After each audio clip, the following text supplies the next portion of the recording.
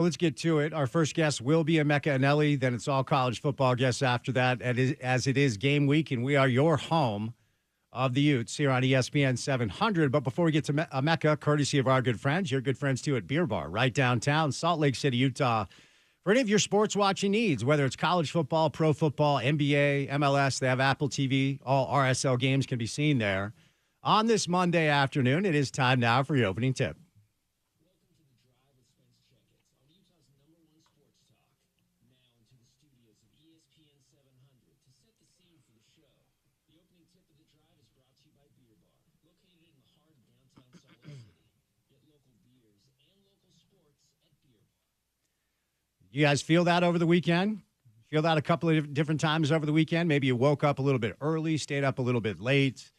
But for the first time all year, it felt like fall was here. What about this morning? You wake up early this morning, fall is here. Now, the forecast this week is still very warm. It's still very much August. But at least for me, over the weekend, being outside, playing some golf, getting some hiking in, it certainly felt like fall is about to be upon us, which it is. So we have football this week. We have college football this week. We saw a really good college football game in Dublin, Ireland, where Georgia Tech upset FSU.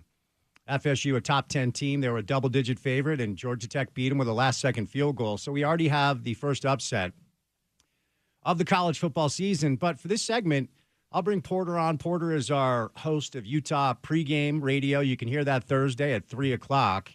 And what we're going to do here is we're going to do Utah and BYU football storylines leading into the first game for both teams this year. Due respect to Utah State, Coach Dreiling, thinking about you, but we'll do some Big 12 Utah BYU style. And, of course, we'll start with the Utes. So, biggest storylines, question marks, not just for week one. Due respect to, SU, Utah is a 37.5-point favorite. But from a macro 30,000-foot viewpoint, for me, it's simply the fact that now Utah has a very legitimate chance to get involved in the biggest tournament in college football, and that's what it is, a 12-team CFP. Now, for those of us that have been around the program for a long time and certainly have followed and covered them in the Pac-12, there will always be emotional look-backs and always be revisionist historians who say what would have happened if a 12-team CFP was a reality when Coach Witt had some of his best teams in the Pac-12, when they were winning Pac-12 championships, when they were winning the South, when they were going to Rose Bowls. What would those teams have been able to do in an expanded CFP situation? And you guys know the deal by now. The hype and the buzz is very high around here in Salt Lake City. If you're driving around town, if you're walking around town, you can feel it. It's obvious.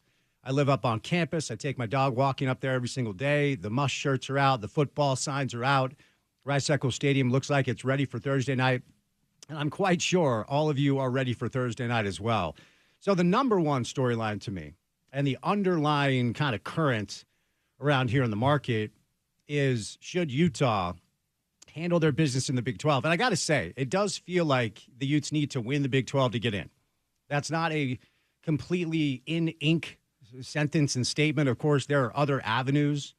They're going to need their other Big 12 counterparts to play well, certainly in some non-con situations, to make sure that their Big 12 schedule is strong enough for them to get in, even if they don't win. But if you read everything about the Big 12, if you listen to previews on the Big 12, it's simply about what? It's about parity. Reminds you a little bit of the Pac-12, where the Pac-12 had a tendency to cannibalize itself, therefore no top-tier team standing at the end. So for me, there are several storylines. Certainly, what does Cameron Rising look like after, 600 days, essentially, between games? What does Brant Keithy look like after we haven't seen him for a couple of years, right? So can they stay healthy? Can they handle their business in the non-con, which is not a hard non-conference schedule? Southern Utah on Thursday, 37.5-point line.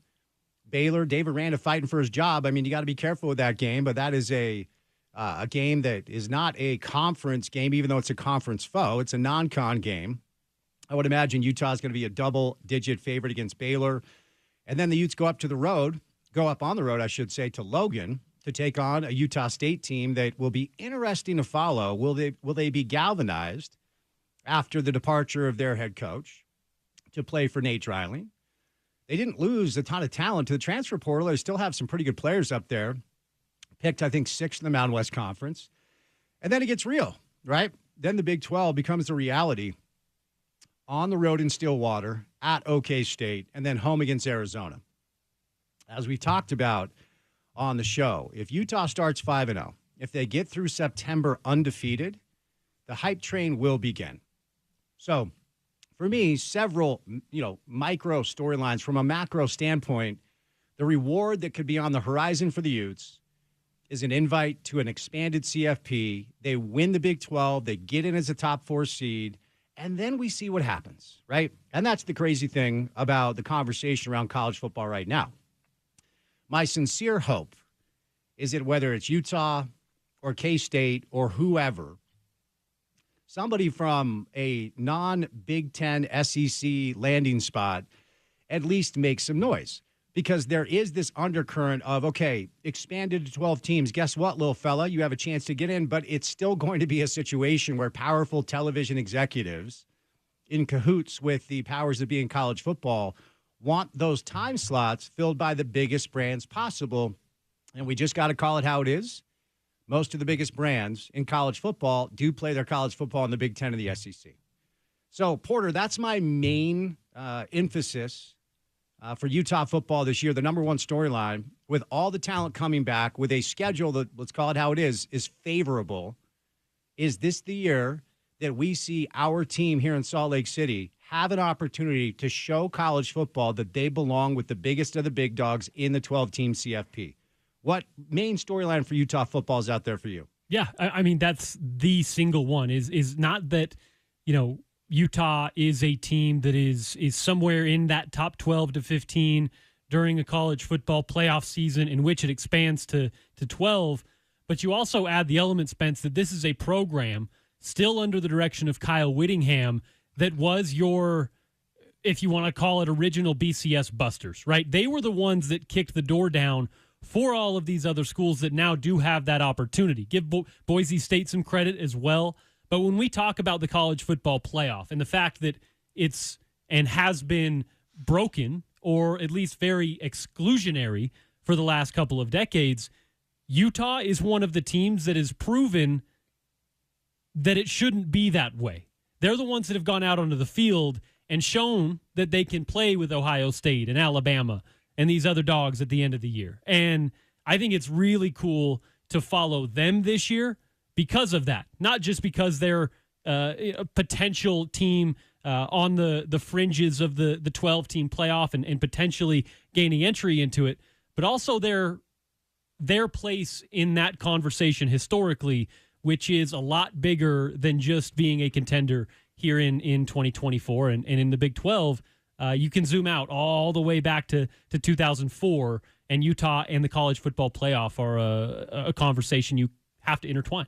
On the BYU side, the storylines certainly are different. The number one storyline is who's going to play quarterback coming up against Southern Illinois at Lavelle Edwards Stadium on Saturday at 6 o'clock. No solid reporting is out there that I've seen.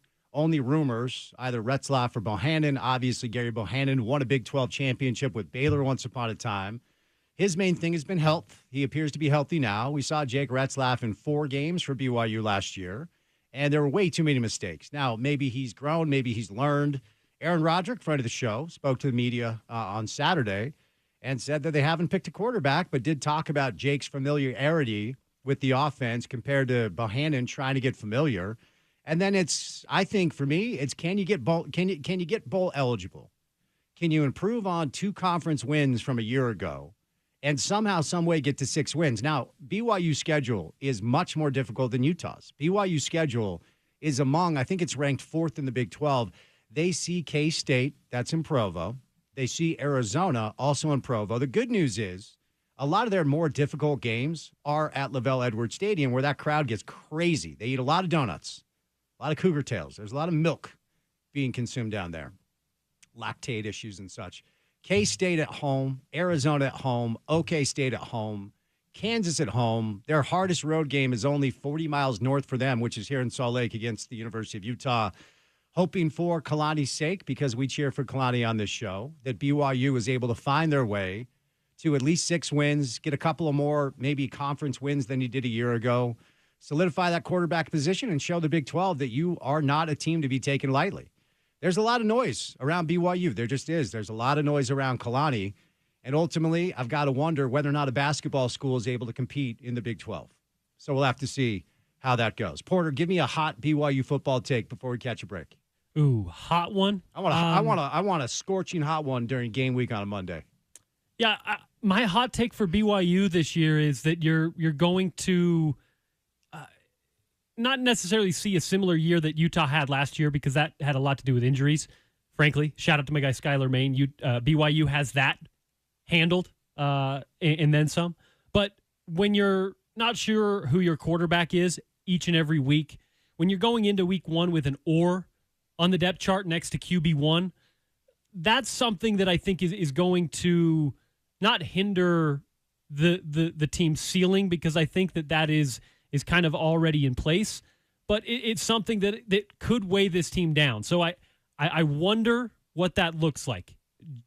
Jake Retzlaff, Bohannon, which way that goes, and how different those two players are, and how different those two forks in the road could end up. My hot take here, Spence, is that BYU probably is fighting for bowl eligibility on our last week of the season. That's not an insult. That's just a reality of where they are and where I think the Big 12 is. A lot of big games on the slate. Of course, we're going to lean into the local stuff with Utah, BYU, and Utah State, but we see Clemson and Georgia, 10 a.m. Saturday. Big non-con game for the Big 12. West Virginia welcomes in Penn State to Morgantown. And we're going to see Iowa take on Illinois State. We're going to see a lot of really, really interesting games week one as week 0 is behind us. We have Notre Dame down at Kyle Field in College Station. That's kind of the main gig for ABC and ESPN. So some fun games, certainly. And then don't forget, Sunday is USC LSU at Allegiant Stadium in Vegas. So college football is here. We'll have you covered as it is game week for Utah, BYU, and Utah State. All right, back to some college football coming up in just a bit, but we'll do a little RSL. Emeka Anelli is our guest coming up on the other side. RSL got smoked by the worst team in MLS at home. Emeka got a new contract, so we're going to talk to him about that. And then the rest of the show is college football with Matt Brown with some sound from practice, including Coach Witt, Josh Furlong, and Austin Gale off and running on a Monday. Keep it right here on ESPN 700.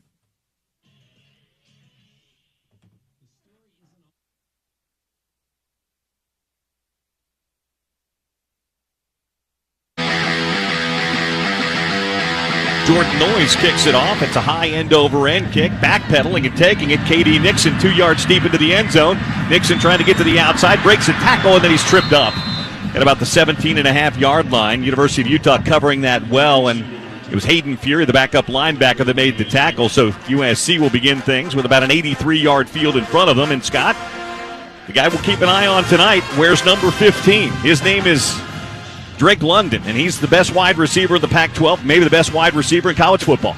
Yeah, and I think USC will come out and try to just get quick passes, let athletes go on athletes, and just say our athletes are better. But, yeah, Drake London is going to be a challenge for Utah tonight. It'll be interesting to see how Utah handles it. Keaton Slovis brings out the offense, 1st and 10 from his own 17-yard line. Keontae Ingram in the backfield with him, a 3-wide look here on 1st down, a play-action pass. Pocket collapses, Slovis throwing to the outside. It's caught at the 30-yard line by Drake London. His 49th catch of the year, 17, making a 13-yard gain on 1st down. The pass rush was there. It didn't quite get home, and he completes the first pass of the game. Yeah, and they're kind of getting to Slovis quickly, but that's just too easy of a throw. It's one-on-one here, and then Drake London won that one-on-one. 1st and 10 at the 30-yard line. Turn and a give and a play-action roll. Firing to the outside. Flanker screen. That's Bryant. He's got it to the 40 and cut down at the 43-yard line. Gary Bryant, freshman who's having a terrific freshman year. They're going to go with some tempo now with USC. That's a 13-yard gain and another 1st down. And USC off to a good start throwing the football. Yeah, I mean, they go 20 yards here, 40 yards in a quick turnaround here. But those bubble screens, that's what was a problem for Utah last year in Salt Lake City, and they didn't handle it well on this first play. Trips to the left-hand side, a tight end and a tailback of the ball game. Utah with a 4-man down front, 5 now at the line of scrimmage for Utah. Slovis operates out of the shotgun. Keaton Slovis brings Drake London to the inside in the left slot. They hand it to Ingram. Ingram bounces to the outside, tripped up and taken down as he picks up a yard. That was Devin Lloyd shooting the gap and grabbing Keontae Ingram around the ankle for a 1-yard gain. 2nd down and 9 coming up. Yeah, and good to see from Devin playing downhill and making a tackle there in open field. It's hard to do, and these athletes at USC, they're going to test you all night long. Keontae Ingram sounds familiar. He ran for over 100 yards and a touchdown against Utah in the Alamo Bowl a couple of years ago, playing for Texas. Slovis going to change the play at the line of scrimmage now. He sees what he likes in the Utah defense. Now they shift around. Slovis on 2nd down and 9, hands it again to Ingram straight up the middle. Keontae Ingram second level to the Utah 49-yard line. It'll be a gain of about 6 yards, maybe 7. It'll be 3rd down and 2 coming up here for USC. Yeah, and this is the money down. It did, no question, money down, but an interesting play there. Utah had everyone lined up on their right side, and then USC changed the play, and then Utah went away from it, and they ran right into where all the other players would have been. They should have stayed where they were. So 3rd down and 3 here, first 3rd down of the evening. Utah crowding the box. Slovis takes and gives on the fly sweep to Drake London, who's got first down yardage at the 45. He needed 3. He picked up 5. They do a little bit of everything with Drake London. That's a gain and a first down for USC to the Utah 45-yard line. Yeah, it's like a jet sweep without the jet part. He just kind of at the snap just takes it, and really all it is a normal sweep play to the outside, well blocked, well executed. Kind of a Cessna sweep more than a jet sweep right there. So 1st down and 10 USC as they have the ball on the opening drive. 12:24 to play here in the first quarter. 1st and 10 from the Utah 45-yard line. 4 wide look now for Slovis. Brings the receiver in tight, hands it again, this time to Ingram. Stacked up at the line of scrimmage and driven back Keontae Ingram. They tried to spread Utah out that time, and Utah was ready. A 1-yard gain.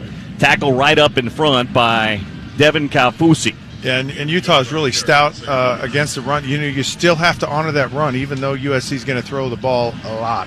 2nd down and 9. They empty the backfield now. Keaton Slovis stands by himself with a 5-wide look from the Utah 44. Now he changes the play with 15 on the play clock. Utah with 7 at the line of scrimmage. Now they dump out of it. Blitz off the edge, thrown to the outside. They've got London, and he'll be wrapped up and taken down for no gain at the 44-yard line. That was a great read on the outside. Who was that, Fabian Marks? Yeah, it was. Fabian had the initial. He nearly got to that football before London did. Yeah, and this is something clearly Utah's worked on. They knew USC was going to try this. Great execution. You got to be aggressive on that play, and the corners and the linebackers did a great job. 3rd down and 9 from the Utah 44. Utah showing pressure. Here come the safeties. Hand off. Now a batted ball at the line of scrimmage. It's knocked down. Is it a live football? Nope. They'll say incomplete. Hawati Pututau got his hand up and knocked that ball down. Actually, it was Mika Tafua that got his hand on that ball and knocked it down, and that'll bring up 4th down. Utah showed pressure, got home, and knocked that ball down. And they've shown pressure and brought it. They've shown pressure and jumped out of it. Very aggressive early on. Great sign here by this Utah defense early on to stop this USC team. They gave a couple of plays, but they really stopped USC when they needed to. So that'll bring on the punt team. Ben Griffiths, redshirt junior, who stands 6'7" on to punt it. Cubby stands at his own 10-yard line. They're going to punt away from Britton Cubby toward the sideline. Britton looks up and fair catches at the 15-yard line. And that's where Utah will take over 1st and 10 here with 11:01 to play in the first quarter. So a good job by the Utah defense to stand up USC after they moved the ball pretty well in the first couple of plays. Yeah, it was mass improvement from really this defense from the beginning of the year, playing downhill, playing more aggressive, reading and seeing and reacting in the moment. Utah needs to be aggressive here early on. It'll be interesting to see how if they go play action or if they kind of unload this thing.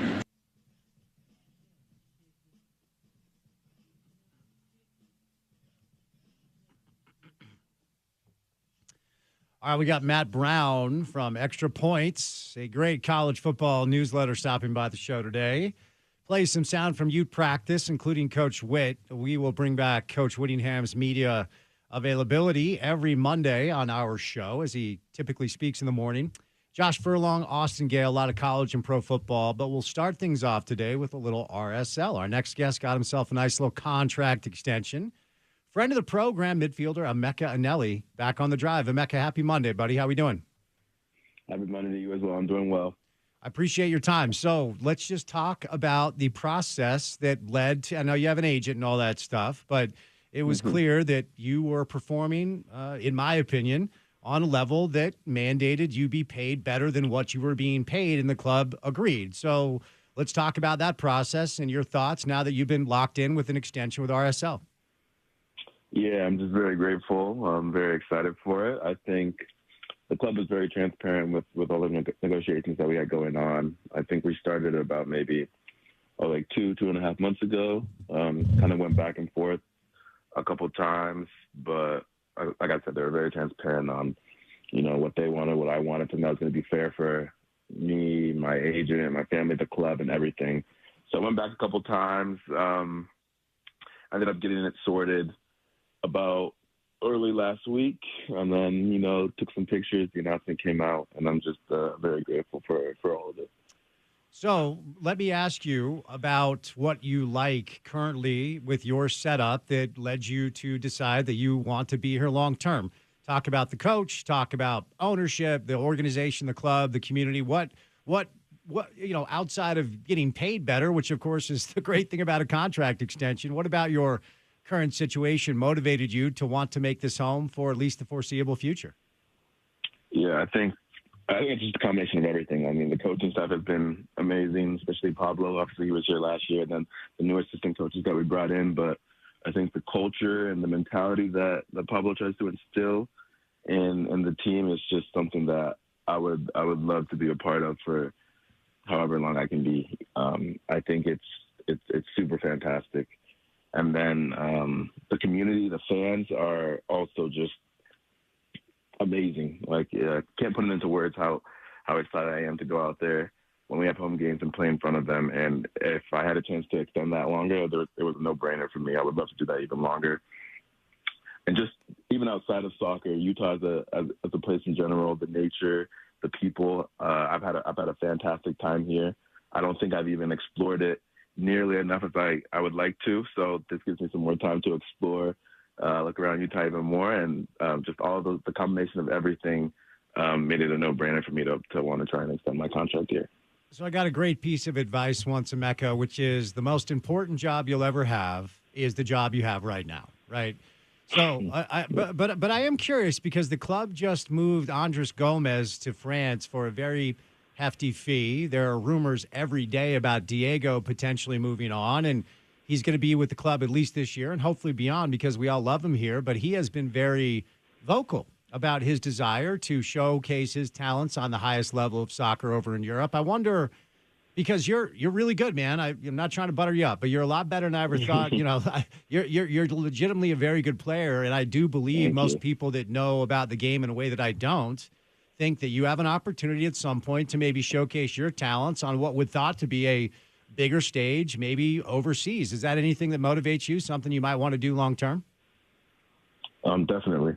I think MLS is obviously a fantastic league. I think the competition in this league is from top to bottom is incredible. But also, people really want to aspire to play in Europe or overseas for a very long time. And where I'm at in my career, I think obviously just trying to take it, day by day, week by week, not look too far ahead in the future, but hopefully can continue to perform. And then, you never know what's in front of you in your future. If that calls me to try and go overseas and try and showcase my talent there, then I would love to do that. But if not, I'm also okay with that. So just really just taking it day by day, week by week, trying to improve each day. And if I could make it overseas, make it to Europe, that I would be super ecstatic for that, definitely. So what are the challenges of seeing guys move on, like Andres, who had such a great year for you guys, and welcoming in all of these new players? 5 additions, Emeka, during the transfer window, the summer transfer window. You had 3 players leave, including Andres, including Fidel, and we'll get to Saturday in a moment. But I guess the way I'll ask it is, what are the challenges of roster turnover, and what do you think ultimately the rewards could be if everything works out? Yeah, definitely some important players we lost. Also gaining some really good people, some really important people as well. I think the biggest thing is just getting them up to speed with, the way we play, the intensity that we play at, the mentality that we want to have. That's probably the biggest challenge, because when we have, 11 guys on the field with that mentality, with that same intensity, with that style of play, on any given day, we can beat any team without a doubt. So it's just, getting them up to speed, getting them acclimated with what we want to do here, so that we can hopefully, lift championships in the near future. So, what have your early impressions been with Dogo Gonçalves, who's been brought in as a DP? So he's a high-paid money guy. He's played in some incredibly high-profile international tournaments with some great success, from what I can tell. But we've only seen him once, and nobody, nobody's going to make any snap judgments off of one game. But take us behind the curtains in training. What stands out most so far, Emeka, when you've been able to practice with Dogo? Yeah, I think first and foremost, he's a fantastic player. I think he's also a great person too. Really nice guy to be around in the locker room. Friends with everyone already. Once he came in, got super used to all of us.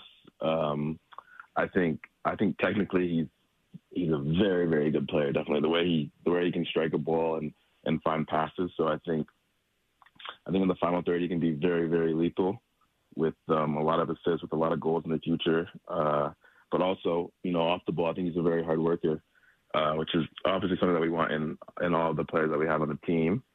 And he's shown that in training for the 3.5 weeks that he's been here. So I'm just super excited to be able to play with a player of his caliber. I know he's played in the Champions League, obviously at Copenhagen. I played a little bit at Benfica as well. So it's just great to play with, great players, because they elevate myself, they elevate everyone else around on the team. And I'm just excited for what we can accomplish together in the future. We were also introduced, albeit only for a few minutes, to Lachlan Brook, who promptly got a yellow. You could tell there was some frustration there. Maybe this young man's got some fire, but Lachlan's going to be among the players tasked with trying to fill in for Andres. Tell us about this young Australian player now that he's been on the ground for a little bit. Yeah, he's only been here only about a week, but I've liked him a lot as well. As I said before about Dogo, a great person, fit into the locker room once he came in, but also a great player. His work rate is really, really, really high on and off the ball. And then obviously you saw last Saturday on the ball, he's really shifty, can really take on a defender 1v1 and find that final pass. And he's always looking to score. I know he had a couple shots, albeit they didn't go in, but got into really dangerous positions and challenged the keeper. So I think going forward, once he gets used to us even more, some more chemistry with us, I think he can, provide a really, really great attacking spark for us.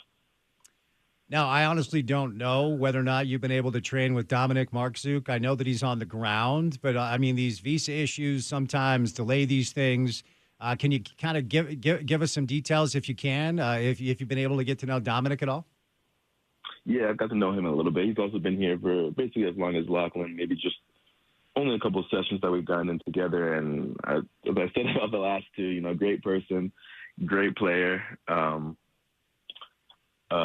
Fits in more on, the right side, right winger type position, and 1v1 can really take on his defender with pace and put in a good ball. So I think, obviously, after losing, Andres' ability, 1v1 situations and be able to beat his man, I think getting Dominic is fantastic, and he'll be a great addition to the group, once he can get those visa problems cleared. So I'm just excited for all of it. I know you cannot, nor would I ask you to talk about the situation with Chicho's suspension. So what I want to ask you is, what has the process been like to kind of get him back with the team? We'll see what the deal is with the hamstring injury. Nobody knows, but it's been a minute since we've seen Chicho look like Chicho, and we need Chicho to look like Chicho. So what's that process been like after the suspension to get him back to make sure he's playing top form as we're in the stretch run now?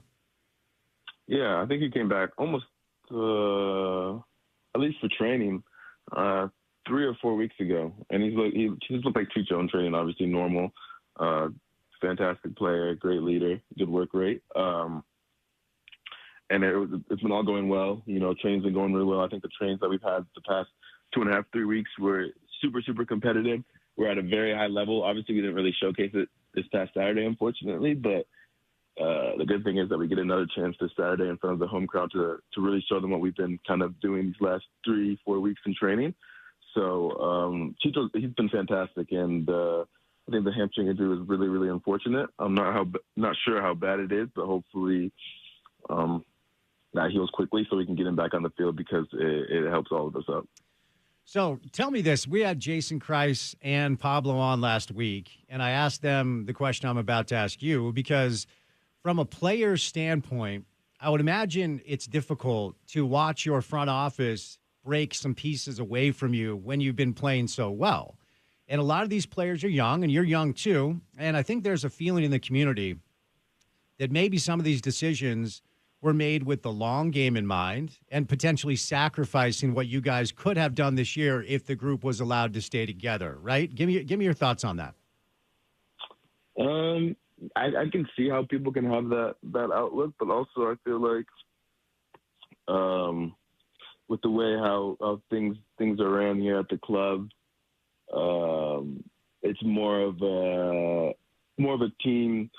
The team will lead us all the way to the championship type mentality. So even though we did lose, some important players, and we also brought in some important players, it's really all 11 of us, and then obviously the subs that play and everyone that trains in training that's going to bring us to the top. So just losing that one player isn't going to be the end be all for us. I think we still have a very, very good chance to win the MLS Cup, to hopefully try and win the Western Conference with 8 games remaining. I know we have, I think, about 5 of them at home. So we can really just show it at home, take care of the points on the road. The way we end the season could really be tremendous. So I think it could be a look into the future for the long run, obviously, that the club wants to do that. But I think it's still, for the present right now, I think we can still accomplish a lot of things. So, Emeka, from your vantage point, what happened Saturday? I mean, was that you hadn't played in 19 days, and you actually hadn't played an MLS game since July 20th. Was it a long layoff? Was it new players kind of getting to know the deal? Like, what do you chalk Saturday up to most? I think it was just the lack of sharpness. Obviously, we haven't played a game in 19 days, but not even as an excuse, but we should have just been better with everything that we did on the day, whether it was defending. We had a lot of sloppy passes, just weren't sharp in the final third, weren't really that sharp in building out.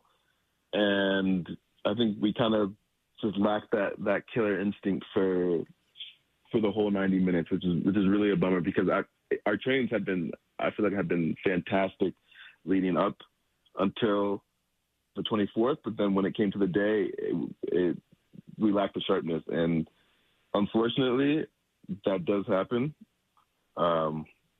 which I think the whole team, the whole coaching staff is super, super disappointed about it. But as I said earlier, it gives us a great opportunity to make those wrongs rights now this Saturday when we play the Reds at home. So I think we're just going to come out with even more energy, more focus, be more dialed in to hopefully then, get the 3 points at home in front of the crowd. Last thing, then I'll set you loose. Appreciate your time. And you referenced this. It's the mentality to have that the team wins and the team loses. I wonder where you're at as a locker room with confidence with your keeper now. And, Zach's a friend of the show, and Zach has played well here for a long time. But I always find it unfair to pile on the keeper when things break down defensively as a unit. There were some bad giveaways. This is not all on Zach. But Emeka, it's no secret that he's had several moments where, and to his credit, he has stepped up on this show and other places to say he has to be better. Where are you at as a locker room with your confidence with the guy between the pipes right now? Yeah, I think I can speak for everyone at the club, teammates, staff. We have full confidence in Zach or Gavin, whoever is back there. I feel like being a goalkeeper is super, super tough because you kind of make a slight mistake and it shows because it's a goal. But, even me last Saturday, I made, I think, 2 or 3 bad passes in the second half. But since I play midfield, less risk. Like, it happens, I can hustle back. I have my other defenders to help save me. I have my Zach to help save me. So it doesn't end up in a bad goal and it's kind of all forgotten about. So it's a really tough job, and I think he's played fantastic this whole year. Obviously, a couple of slip-ups, but I think no confidence has wavered in him at all. I think still with 8 games left, with the playoffs in sight, with whoever's behind the sticks, I think they have my full confidence, the team's full confidence, the staff's full confidence, and we know that they'll show out for these last 8 games and the playoffs. All right, buddy. Well, like I said, congrats on that extension. Very well deserved. Thrilled you'll be here for a while. Have a great week of training. Stay healthy and go get 3 on Saturday, okay? Appreciate it big time. Thank you. All right, Emeka Nelly, RSL midfielder, locking in a long-term contract extension just a couple of weeks ago. RSL got stomped by the worst team in the West on Saturday, meaning coming up this weekend, it's a massive match. And those are 3 points you can't let slip. It was a bad performance, but a lot of players needing to kind of familiarize themselves with Pablo's style. So their next shot will be coming up on Saturday against New England. All right, rest of the show is either college or pro football. Matt Brown is our guest coming up on the other side. But we have a brand new client on the station, and I'm really excited about this. It's Farmer and Chemist, okay? So here's the deal. If you struggle with muscle soreness, arthritis, or restless nights, mainly, Farmer and Chemist has the CBD solutions for you and also your pet. Okay, they're locally owned. They're on historic Main Street in Midvale. It is a really cool spot. Been out there a couple of different times. So, like for me, I have restless leg syndrome. If you don't know what that is, it sucks, okay? And Farmer and Chemist, they have a CBD gummy product that I use to sleep, and it works amazing. Let's get you off opioids. Let's get you off Ambien. Let's get you off the hardcore stuff you use to manage pain and sleep, because I can promise you'll find benefits with the CBD solutions with Farmer and Chemist. And Jeff is my guest on a Monday. Jeff, happy Monday, man. How we doing? Happy Monday. Doing great. How are you? I'm doing well. Appreciate your time. So like I said, you guys hooked me up with some gummies, some CBD gummies to help me sleep. And I've been taking them for a week, and my restless leg syndrome is gone. So that's what I've utilized you guys for. But, Jeff, what else do you want our listeners to know on this Monday afternoon? Well, first of all, I'm glad to hear that it's working for you, and I'll admit too that I take it for sleep. I use a CBD CBN gummy. Those are 2 different cannabinoids, and it really helps me sleep as well. What I would probably recommend the most is just understand that not all CBD is created equal. So find a good product, and ideally talk to pharmacists about this. It's really safe, but it does have some drug interactions, and you need to find the right dose and the right route of administration. And talk about how you guys at Farmer and Chemist can work with our listeners to make sure they have the right dosage. They're familiar with what they're taking and to make sure the products they have are effective. What's that process, Jeff? Well, we'd love to have someone come into the store and meet with us the first time, and then from there they can go online. Or if that's not possible, we can always do a phone consultation. We really want to go through what the problem is and talk about drug interactions and the right dose. And so if somebody's even tried CBD before and it hasn't worked, they're probably taking hemp oil or taking too low a dose. And so it really is finding that right dose and talking through how to use it appropriately. Finally, Jeff, we all love our pets. I have a dog who I love, and you guys have products at Farmer and Chemist that are pet-friendly. Talk about that. Yeah, so CBD works in dogs and cats, basically mammals, just like it does in humans. And we have tinctures and chews that taste like beef jerky. They're amazing. Actually, I've tasted the dog treats, and they're actually really good. And they'll work for your pet. Same thing, for inflammation, pain, anxiety. So if your dogs get all riled up for fireworks, that's another option as well. Jeff, thank you for the time, sir. I appreciate it. We'll chat soon, okay? Thank you. Appreciate it. All right, Farmer and Chemist is the spot. As I referenced, they are located on historic Main Street in Midvale. It's a really cool spot. They've got an awesome brand. So check out their products. And throughout the course of this week, we're going to be giving away gift certificates to Farmer and Chemist. So you can go down and check it out. CBD products, high concentrations of cannabinoids, so they are very effective. They're open Monday to Friday, 9 a.m. to 6 p.m., Saturday, 10 a.m. to 5 p.m. They're closed on Sundays. Check them out online at farmerandchemist.com. All right, 1 hour down, 3 hours to go. Matt Brown is our guest for some college football coming up next right here on ESPN 700.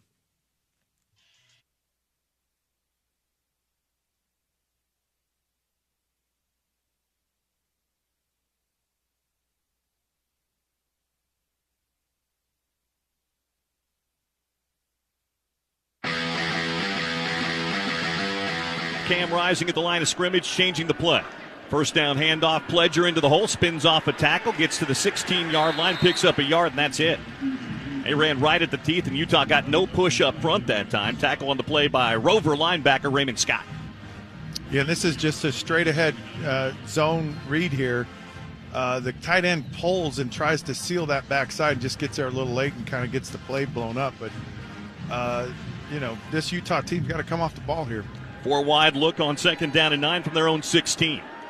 USC with 4 at the line of scrimmage, 7 in the box. Play action, flanker screen thrown out into the flat to Britton Covey. He's got it at the 20 and spun down. That's Brant Keithy, actually, who came up with that grab. We're a distance away from the field. The 8s and the 0s get mixed up. Keithy picks up about 4 on the play. 3rd down and 5 coming up. Seeing a better job of 2nd down. Utah's shown so much run on 2nd down. And this is a high percentage play. It's almost like a running play still. And now they're in a manageable 3rd down. 4 wide look on 3rd down and 5 from the Utah 20. They bring Keithy into the left slot.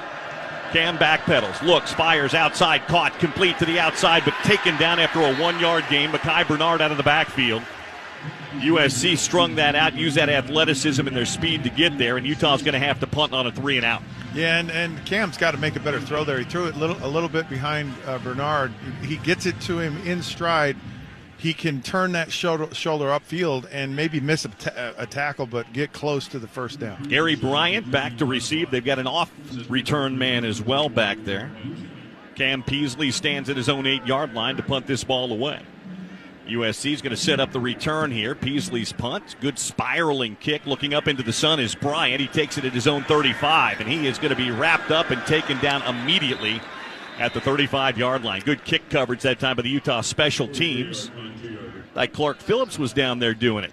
Timeout on the field. Both teams have had the ball. Both teams had the punt. 9:03 to play here in the first quarter from the LA Memorial Coliseum in the Big O Tires broadcast booth. Today's Utah football broadcast being brought to you proudly by Bud Light. Utah fans, welcome back to Rice Eccles this year. This year, Bud Light is for the fans. I'm Bill Riley. That's Scott Mitchell. Slides downstairs with the LA Memorial Coliseum. 9:03 to play first quarter. 0-0 our score. Both teams had the ball once. SC moved it to midfield, had to punt. Utah went 3 and out. SC has it 1st and 10 at their own 36-yard line. I thought it was a pretty good effort by the defense on that first drive, Scott. Yeah, I mean, I liked what you're seeing, playing downhill, playing aggressively, not letting these athletic guys get going, get them stopped before they get started. They didn't do a good job on the one bubble screen. They did it on the second one, and when you cover it, then the teams tend to go away from it. And so Utah's shown that they're going to cover that, so you probably won't see a lot more of that in this game. 4 wide look here on 1st down from their own 36-yard line for Keaton Slovis and the USC Trojans. Keontae Ingram remains in the ball game as the lone tailback standing next to Slovis in the shotgun from the 36-yard line. Slovis changing the play now, looking out to Drake London to his left. Utah with 6 at the line of scrimmage. Motion man, the tight end, Wolf. They're going to throw that flanker screen outside. Trigg has it. He's beyond the 40 and out to about the 43-yard line goes freshman Michael Trigg. He's a big dude, too. 6'4", 245 for Trigg, who picks up 7 on 1st down. And what's interesting is that Utah's in a 3-man front. Here they go again, throwing that ball outside, this time to London. He's to the 50, to the Utah 48 and out of bounds. That's a 1st down for USC. Utah's playing off, Scott, and they are just throwing that ball in that flanker screen to the outside. Yeah, and the outside corner is doing a good job. It's the guys that are filling on it. They got to see that early. They did it earlier in the game. They're not. I mean, I thought Utah defended it, and USC go away from it, and they haven't. 1st and 10 from the Utah 48 after the 1st down for Keaton Slovis. He's going to throw again, rolling out to his right-hand side, looking down the field, throws underneath and incomplete off the hands of Keontae Ingram. And incomplete it goes. He's got 11 catches on the year, does Ingram, but that would hit him right in the hands and then goes incomplete. 2nd down coming up. Yeah, it's almost designed by Ingram just to go out in the flat there, and he just drops the ball. Little bit behind him, but I mean, just in his hands. So he'll come out of the game, and Darwin Barlow, the TCU transfer, comes in for the first time here today. 2 receivers left, 2 receivers right on 2nd down and 10 for USC. Utah with 5 and 6 near the line of scrimmage now. Slovis in the shotgun. Now Utah's going to show a blitz right up the middle. They come. USC picks it up. Slovis looking outside, firing, caught by London inside the 40. And down to the Utah 38-yard line. They'll give him the 38-yard line. A pitch and catch of 10 yards and a first down. Utah blitz, Scott, but SC picked it up. Yeah, and you got to get there if you're going to blitz like this. Well, they kind of drop back in coverage, but everything's done right. I mean, you're covering. He's right on him right there, and you got to play the ball there, knock it out of his hands. But that's where Drake London is really good. He's really good catching the ball at the point and just. He's a tough out. He's not going to drop many, that's for sure. He's already got 3 catches here today. 1st and 10 from the Utah 38-yard line. Slovis throws outside. This time he's got Bryant. Gary Bryant ripped down after a short gain. They'll give him 4 yards to the 34-yard line. They're using that play, Scott, just like a running play. Yeah, and again, this is not really that complicated. USC says, we've got great athletes. We're just going to get the ball in their hand. And, I mean, they've thrown this bubble screen like 4 times in a row on the left. And I think what they're doing is they're looking at which corner has a harder job or is not as good at covering the screen. And if Clark Phillips is away from that, he showed an ability to do it. But down here at the bottom, Utah's not done as good a job.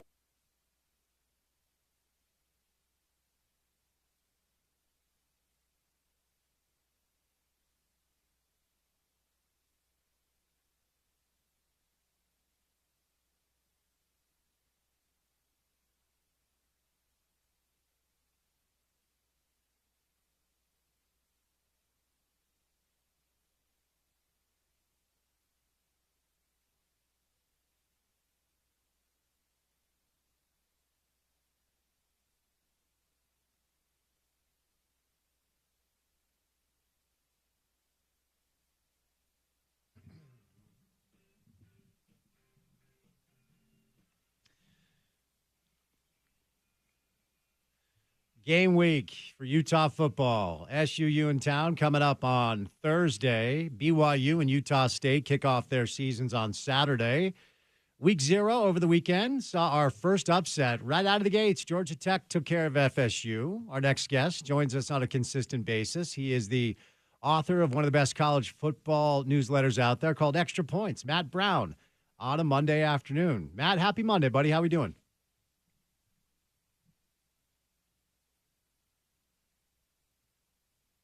Hello, Matt. Matt, are you there? All right, we'll try to get Matt on the show. I want to remind you we are going to play you some sound from practice today. So if you're familiar with the program, first of all, thank you. Hello, how are you? Every Monday throughout the college football season, we replay Coach Witt's media availability from earlier because, we are on in the afternoon. You might be busy in the morning. So you'll hear from Kyle. You'll hear from players, some other coaches throughout the course of all of the college football season as your proud home of the University of Utah.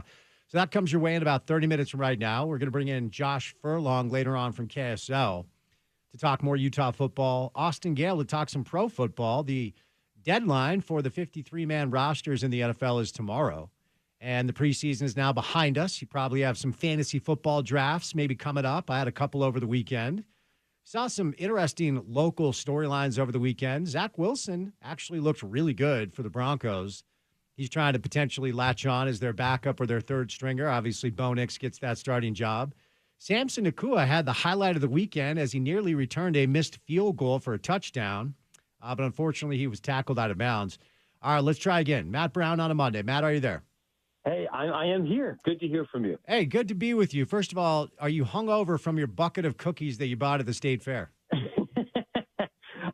I don't know if I've ever experienced a cholesterol-related hangover before, but I was definitely feeling an urge to eat lots of vegetables today. I spent the weekend at the Minnesota State Fair, which is a wonderful experience if anybody ever has the chance, but not the experience for anybody who's trying to be on a diet. State Fair, football, Americana, Matt. I like it. And we have college football in front of us now. I wanted to, because your newsletter is really good at kind of helping us understand the landscape, the ever-changing landscape of college football. I want to get your take on the story. It leaked when we were signing off air on Friday that the Big 12 and UConn are in discussions to join for UConn to join the conference in all sports outside of football. Then eventually football would be part of it. What's your understanding of where we're at with these conversations, and how real do you think they are? Yeah, well, I think it's fair to say they're definitely real. Anytime you're at the point where university officials and/or consulting companies on behalf of university officials are presenting presenting to presidents, which is what multiple outlets reported today, they're very real conversations. I am still trying to work on this here myself. I've sent out a couple of other texts here today. It's not a secret that your mark, more than broadcast companies or the conference presidents themselves, has been the driving force for this. Part of that is he covets the New York market. Part of that is because he really believes that Big 12 basketball is an undervalued asset and could potentially be broken out into a future television deal. And there's also potentially an element of trying to set this conference up for whatever happens if the ACC functionally falls apart in a year and a half or 2 years, depending on what happens with litigation with Florida State and Clemson. The challenge is still who pays for it.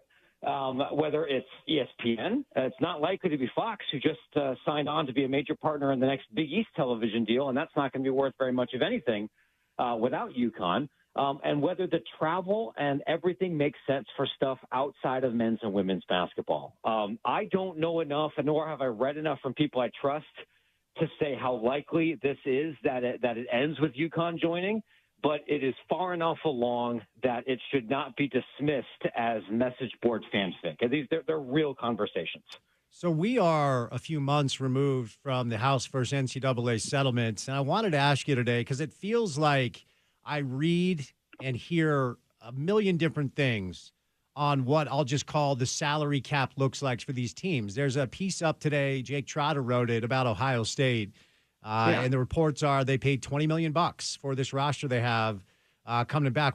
What's your understanding? And, generally speaking or specific, you're the guy for this, of what it costs a typical P4 school with aspirations to win a national championship to bring in five-star recruits, to bring in big-name players, to build championship rosters. Is $20 million the number, generally speaking? And how much of that is allocated to the skill position five-star quarterbacks? How much of that is allocated down the line? Help us understand kind of where we're at in an ever-changing, ever-growing process.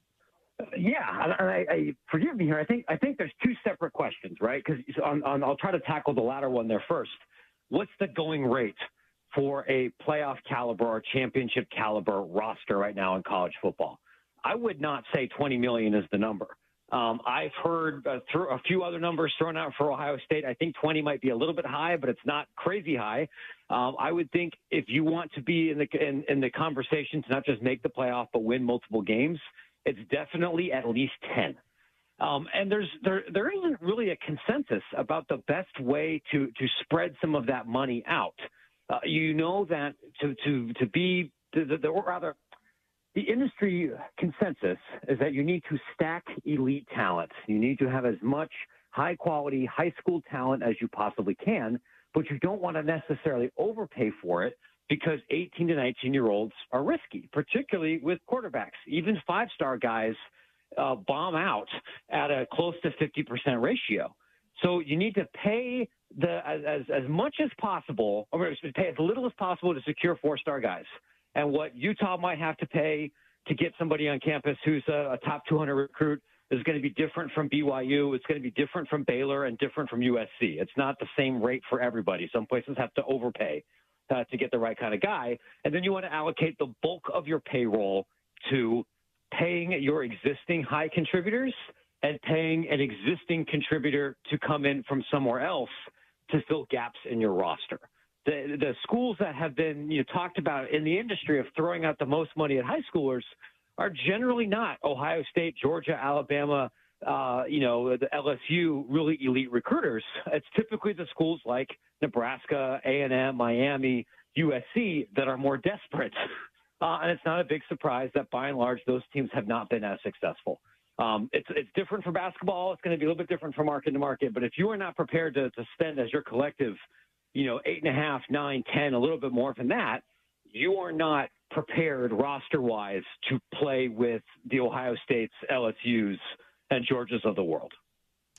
Are we inching closer to some sort of uniformity, understanding? I'm going to use salary cap simply because, my background is in pro sports, and I just feel like that's the direction we're all going. And until there's some sort of, set of guidelines that are cemented, it does still feel like chaos is inevitable. Are we inching closer to that, Matt? Candidly, I don't really think so. And that is part of what this House settlement is supposed to be. What the universities and major conferences would like is for this settlement to be approved largely, if not completely, as currently written, approved by Judge Claudia Wilken, and then to give the U.S. court system, rather than the NCAA, the ability to enforce some of the NCAA anti-pay-to-play kind of restrictions, with the hope that really claws back the booster collective economy and create something similar to a standardized salary cap of around $21.2 million. I am skeptical that this happens. Skeptical that it will, as structured, that the legal system will approve it. Skeptical that even if it is approved, that it can be enforced to that capacity. If you want a salary cap, you've got to have a collective bargaining agreement, which is not what college football power brokers actually want right now. You might have a system where some of the outside spending gets clawed back a little bit. And candidly, I think we might be moving that regardless of what happens with House, because the cost for football talent has jumped faster than most of these collectives have the capacity to actually pay.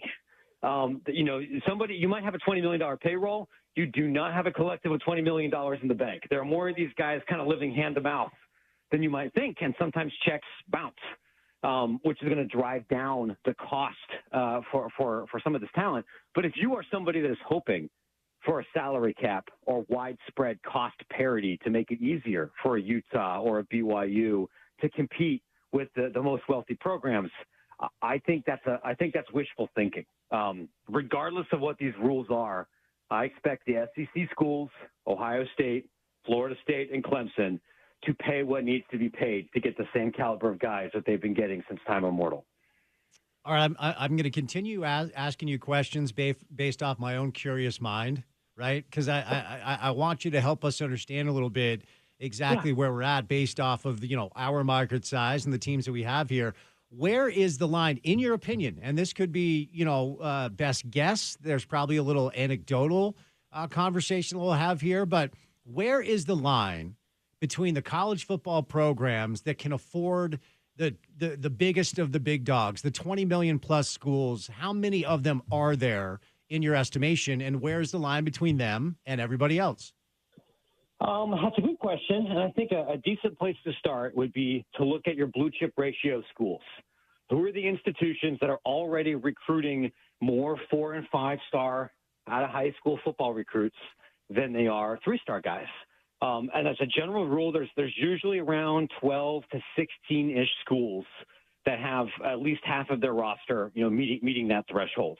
There's not a single one of those schools are in the Big 12.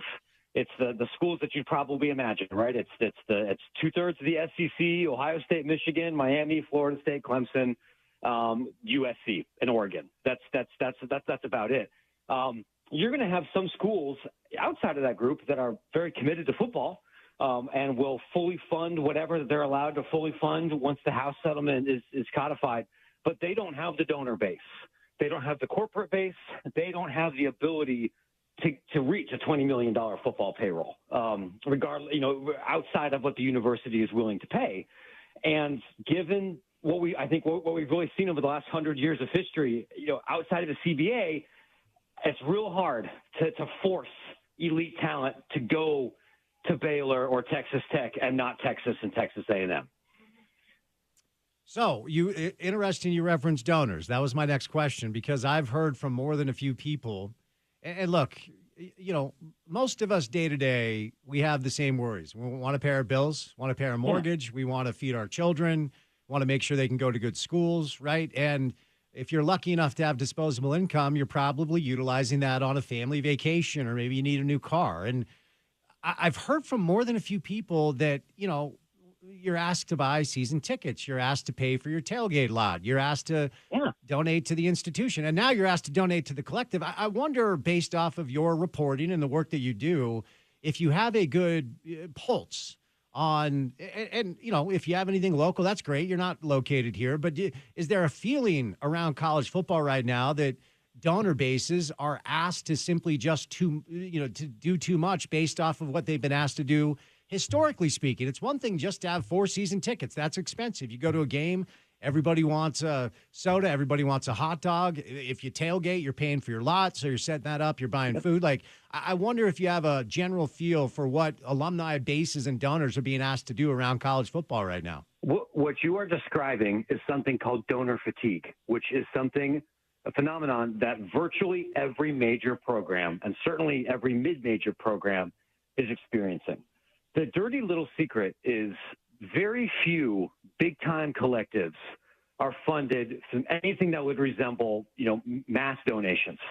The people Ohio State, if they have $20 million to throw at somebody, it's because they got 15 people to kick in over $1 million, or hundreds and hundreds of thousands of dollars, and it's mining a relatively small pool. What a lot of schools tried to do, from the biggest of the Big Ten to the Utahs and BYUs to down market below, was try to raise more money for collectives from their existing season ticket base. And what everybody has found, especially over the last 2 years, look, man, times got tougher. Inflation went up, unemployment went up. You can't ask people who make $85,000 a year to go donate more to give to athletes who will then make $285,000 a year from an athletic director who makes $850,000 a year and a football coach that makes $5 million. The upper middle class families and donors and ticket buyers will revolt, especially because it's not like anyone's decreasing the price of tickets. It's not like a hot dog doesn't cost $6 or it doesn't cost $40 to park at a game. So what everybody is trying to do is figure out ways for collectives and athletic departments to generate more revenue from actual brand deal activities, from selling consumer products that people actually want, for being a way more aggressive in the licensing and sponsorships and naming rights world than they were a decade ago, because everyone doesn't, and there's a lack of enough people to hit up. And I know this is true locally, and it's true in most places. Typically, the absolute mega richest people in your alumni base are not giving to athletics.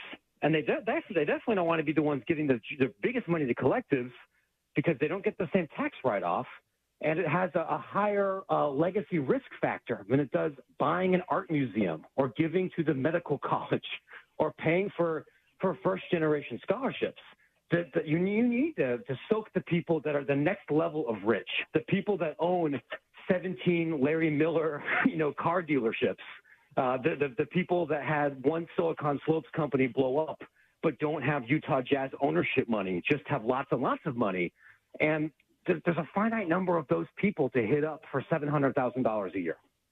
One more question in this area before we move on, because you also referenced earlier, the dynamic of corporations getting involved with collectives and institutions. And I wonder whether it's the House settlement or any other information you have, are we inching closer and closer to eliminate some of the what is perceived to be impropriety?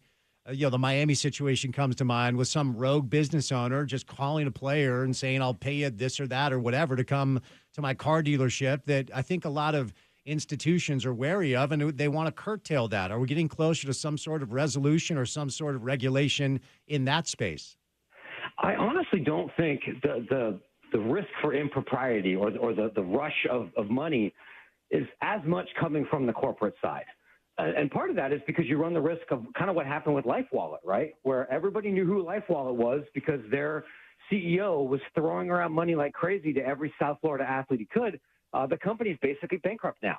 And if you own a company, even if it's privately held, you have a fiduciary duty to spend that money in a way that benefits other stakeholders in the company. You can spend your own individual money however you want. You don't have to report it the same way. There's not as much pesky paperwork for accountants or nosy reporters like me to kind of dig through here. It's why you're not going to see Walmart just decide to buy the Arkansas or the Missouri collective, because they have all they have all the shareholders that they have to deal with, and they have to be able to defend that kind of deal on its own financial merits. So that's not really the huge risk as it is from attorneys and people throwing in their own private independent money trying to get individual tax write-offs. And I don't think we're really closer to that. We'll see if the judge approves a more restrictive enforcement method than I suspect was going to happen. But here's the thing. Nobody is going to know that this year. We will not know more really hard and fast specifics of exactly what the House world is going to look like until Q1 of next year. So now we just have a bunch of lawyers pontificating and everybody doing their best guess to plan for a world when they don't know the actual rules. Became familiar with who Yasir Al-Rumayyan is based off the PGA Tour Live Golf merger. The governor of the Public Investment Fund, the Sovereign Wealth Fund of the Kingdom of Saudi Arabia. And, Matt, we had Trevor Riley on the show last week. And Trevor is a former Ute who played in the NFL for 7 years, and then he was working with Deion Sanders as the special teams coordinator at the University of Colorado. And Trevor came on the show last week and told us a great story. I mean, it was phenomenal radio. I just kind of brought him on and gave him the space where he spent the holidays over there trying to, trying to solicit NIL donations from the Public Investment Fund, through the Saudis. And I said a couple of years ago when this Live, PGA stuff came down, the Saudis are already invested in soccer. They're already invested in FS1. They bought pro golf. They just did. Okay. Are we moving into an area where they could get involved? Because I'm sure they're looking at this chaos and saying, yeah, we'd like to use some of the sovereign wealth fund in maybe the second most popular sport in America. Do you think we're moving towards that? I actually think we're way less likely to move in that direction now than I did right when Live Golf kind of dropped. And part of that, I actually wrote about this week. And I can't speak to who Trevor spoke to, and I'm trying. I filed the FOIAs and I've made the phone calls. I'd like to learn more later on.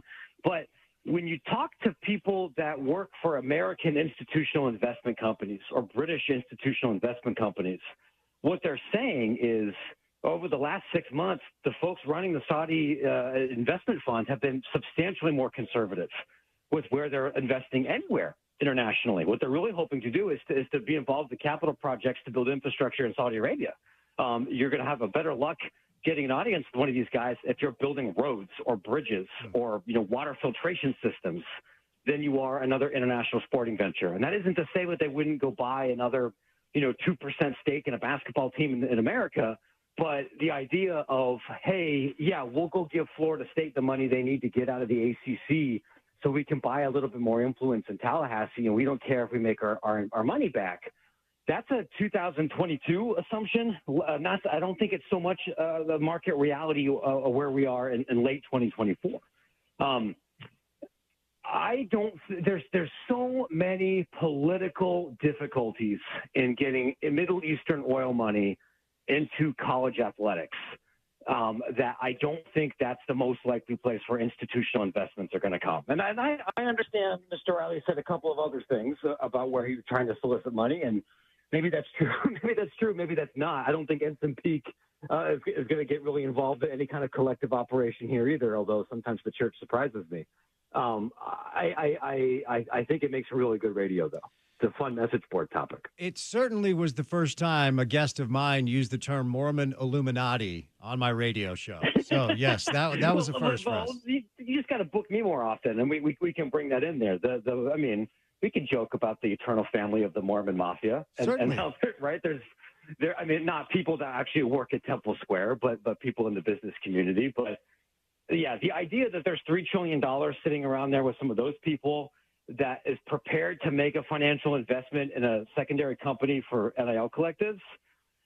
I wrote about it this week, but reading those words conjures up an image of somebody that I definitely was in my singles ward, and I think was in the singles ward of many of the people listening to this program who ended up getting involved in some kind of security sales hustle or whose eyes were a little bit too big for his stomach kind of thing. We're going to leave it at that. Yeah, mortgage fraud is the big one. But, yes, we don't need to spend a ton of time on whether or not you can gain access to the Celestial if you invest in NIL. However, I will ask you this, Matt. Yeah. There's been tremendous investment in BYU basketball. And most of that investment has come from Ryan Smith, who owns the Jazz, who loves BYU basketball, and Danny Ainge, who runs the Jazz, who loves BYU basketball. And I asked Kalani, Big 12 Media Days, are you getting the same support the basketball program is? He looked at me like he was about to rip my head off because I've known him for 20 years. He didn't love the question. But then he handled it really well. But essentially, if you read between the lines, the answer was no way, no chance. Are you surprised that one of these Utah County bros that has a Silicon Slopes company that loves BYU football hasn't stepped up for the football program the way that Ryan has for the basketball program? And what do you think it means for BYU football? I'm not surprised because I don't think any of them have that kind of money. Like there's not that many people out there that have Ryan Smith money in any market. And if we're being honest here, you have to overspend to get elite talent to come to BYU for football or basketball. If you have money to where that's no object, or you can down the line, maybe pencil out how this helps real estate development or other kind of things in Salt Lake for your basketball empire, that's one thing. You might be able to get some European guys or some people to come to BYU for 9 months en route to their professional basketball career. It's another thing entirely to go bring somebody who is not LDS and is not culturally familiar with the 801 and everything that comes with it, good and bad, to make a 3-year commitment, which is what you kind of need for football. And you need to pay way more dudes. You can put 2 recruits and 1 transfer on the payroll, theoretically, for basketball, and turn a middling team into a Sweet 16 threat. You can pay 3 really good football players, and, brother, you're not even ready for the Hawaii Bowl. The payroll commitment is way more significant, takes more people, and I'm not surprised that none of the Adobe people or Silicon Slopes people have done that, because I don't think there's enough people that are saying, I'm willing to burn $6 million to go bring a bunch of people to BYU, where we're going to roll the dice that it's going to work out entirely with the hope that maybe we go 9-3. You need so much more money to be able to say, I'm comfortable writing off that kind of investment. And I'll go on the record. I don't think that money is here. Our people, right? I say this with love and a little bit of teasing, but mostly with love. We're cheap. This is not a fan base. This is not a community that has a stereotype of being willing to throw that kind of money around at something like this. You're not wrong about that at all, Matt. Before I set you loose, I just want to get your take on year 1 for Utah in the Big 12. The media has picked them to win the conference. Vegas agrees. A litany of talent, veteran talent, and if they stay healthy, they'll have a shot. What are you expecting from Utah year 1 of the Big 12? I expect Utah to absolutely contend for a Big 12 championship. And I think winning this league and getting into the college football playoff should be the expectation. If you told me that they'll win the league, I wouldn't argue with you. The challenge is that I think the difference between Utah and Kansas State and Arizona and Kansas and maybe even Iowa State is not massive.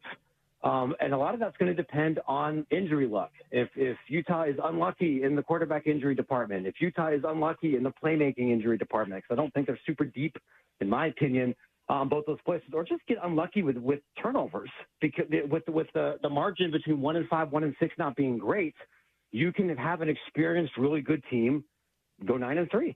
You can have an experienced, really good team go 11-1 and win a playoff game. I think it's fair that the expectations are high. There's nobody in the conference that I think is 1 through 40 as talented as Utah is. There's maybe 1 or 2 teams that might have a couple of guys that are better at some positions, whether that's Colorado, whether that's Kansas, whether that's Arizona. But Utah, through the top 22, top 44 guys, is the best. We'll see if that holds up over the course of the season. I really do think this is going to be a very fun year in this league, because we know that there's 3 teams that are probably pretty bad, and there's 7 teams that are probably pretty good, and they play football in very different ways. And that should make some fun and kind of weird football games coming into this fall. Yeah, well said, Matt. Illuminating stuff today. Where can people go find the work? You can go find my work covering the business and policy shaping the business of college football at extrapointsmb.com. Got some stories coming up this week on potentially the return of a college basketball video game with actual reporting. some things coming up here on how the instant replay technology works for Power 4 teams, on what goes into running a bowl game, because we have a bowl game. It's coming up here in a couple of months, and more at extrapointsmb.com. And soon, a takeout piece on the Mormon Illuminati, yes?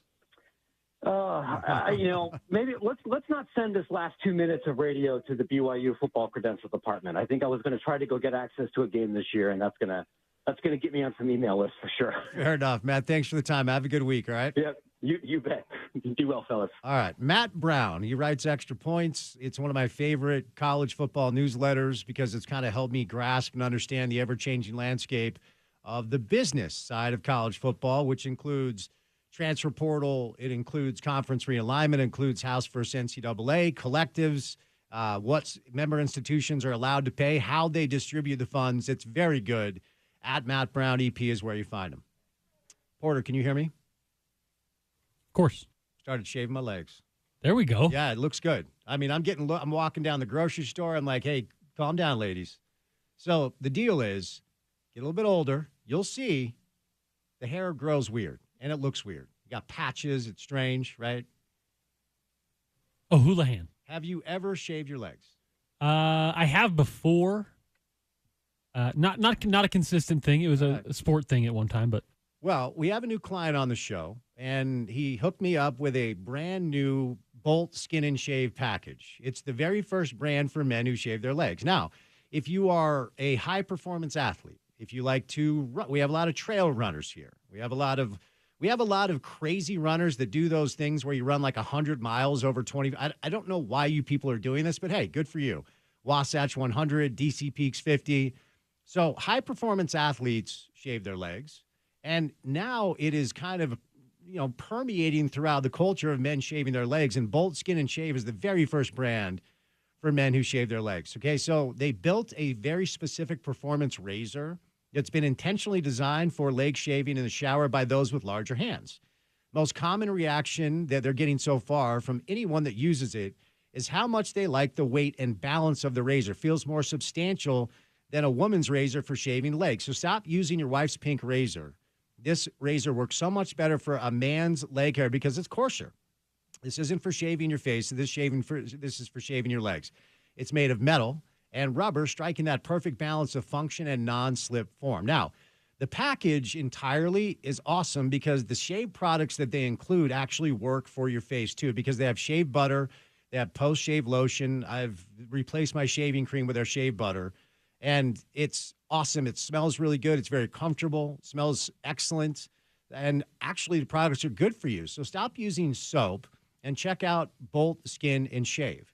Barely launched just a couple of months ago. It's a great local company, been on a bunch of podcasts, and they're offering you a deal right now. If you use the discount code ESPN at checkout at boltshave.com, you get 15% off your first order. So go to boltshave.com right now, enter the promo code ESPN at checkout. You get 15% off your first razor. I was skeptical. I did it, and it's great. I would highly recommend it. It does not make you less of a man. We're killing toxic masculinity on the program because, Porter, remember, the message of the drive in the year of our Lord 2024 is unity. We are here to unite the country. And I think you alone can do it. Am I the only one that can do it? That's a lot. Maybe. That's a lot of pressure. You know what? Accepted. I take on the challenge. It's a lot. So go to boltshave.com, 15% off your first order when you use the promo code ESPN at checkout. Good stuff from Matt Brown today, man. That was really good. Hopefully you guys enjoyed it. Coming up next, though, as we are wont to do every Monday through the college football season, going to play you some sound from Utah practice, Coach Witt, some players.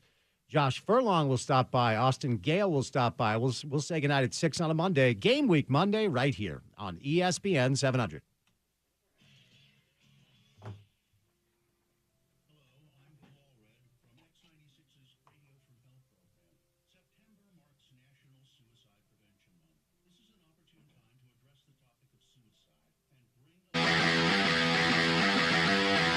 Freshman Zamiah Vaughn matched up on Drake London right now. Let's see if they go his way. Turn and a give. Ingram. Oh, he's got the next. Make it Darwin Barlow, second level. And all the way down to the Utah 26-yard line. That's going to be another USC first down. He needed 6. He picked up 7. And they've got another good drive going here just outside the red zone at the 26-yard line. Yeah, and all this is it's just kind of nickel and dime you, and this is where Keaton Slovis is at his best, and Utah's just got to play this a little bit more stout on these throws. Vaughn matched up again with Drake London. Here's that area of the field where they like to throw jump balls to him. They'll shade a safety his way on 1st and 10 from the Utah 26-yard line. Slovis going to look to the sideline now, change the play as he gets it in from Graham Harrell. Barlow moves to his right-hand side. Utah showing pressure, and here they come. Handoff Barlow into the hole, jump cut, just past the 25 and down to about the 22. They're pushing the pile. It's still going inside the 20 and all the way down to the 18-yard line. He was stopped at the 23, and they pushed him forward for 5 more yards.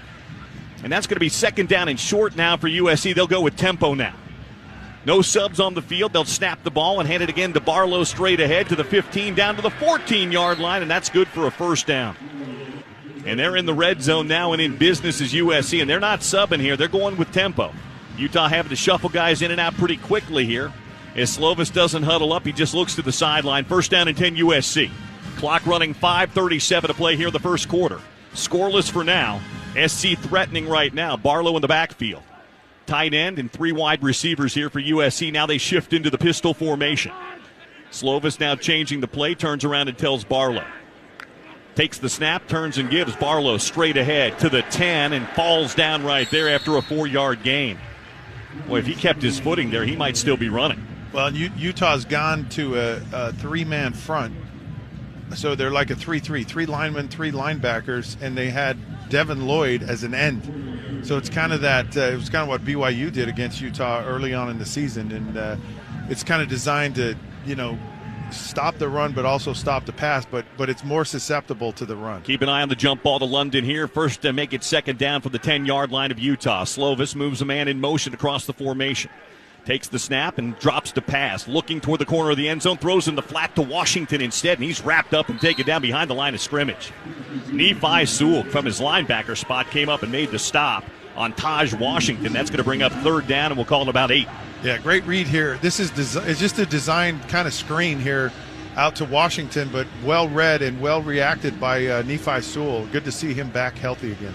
Trojans are 1 out of 2 on 3rd down here in the first quarter. Clock running at 4:10 to play here in the first quarter today here at the Coliseum. From the Utah 11-yard line, Slovis lines up 3 receivers right and 1 receiver. That's Drake London to the left. They'll shade a safety over to help. Barlow in the backfield. Slovis wants the snap, takes it, backpedals, pumps once, looking, pressure in his face, throws, incomplete, broken up, nearly intercepted by Utah. They were looking for Gary Bryant, and the pressure right up the middle came from Vimahi.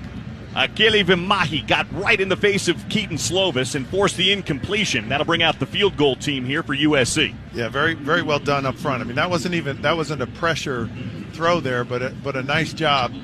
And of course, Reed also came in and knocked that ball out. Here's a field goal attempt. Parker Lewis hasn't missed this year. He's 9 for 9. This will be a 28-yard field goal inside the left hash. Kick is up, and the kick is good. Parker Lewis can't lose. And that's a field goal. 3:48 to play here in the first quarter. USC leads it 3-0. 12 plays, 53 yards, 5:15 off the clock. The only incompletion for Slovis was on that last pass breakup on 3rd down. He was 5 of 6, but just for 29 yards, Scott. That's a win. If you hold USC to field goals, that's a win. No question about it, especially with a player like Drake London down there you can throw that jump ball to and get those touchdowns, and Utah did a nice job. Bend but don't break. Whoa. Kickoff is short and rolling and hopping over the head of Britton Covey into the end zone and out the back of the end zone for a touchback. That was an interesting look by USC. Britton Covey needed to in the end zone, untouched by the receiving team. Touchback. Covey needed his shortstop's glove Timeout that time. on the field. All right, we've got a timeout. 3:48 to play on a beautiful Saturday afternoon here in Southern California. USC 3 and Utah 0. Today's Utah football broadcast being brought to you by Redbox. Latest hit movies at Redbox. Suspense thriller.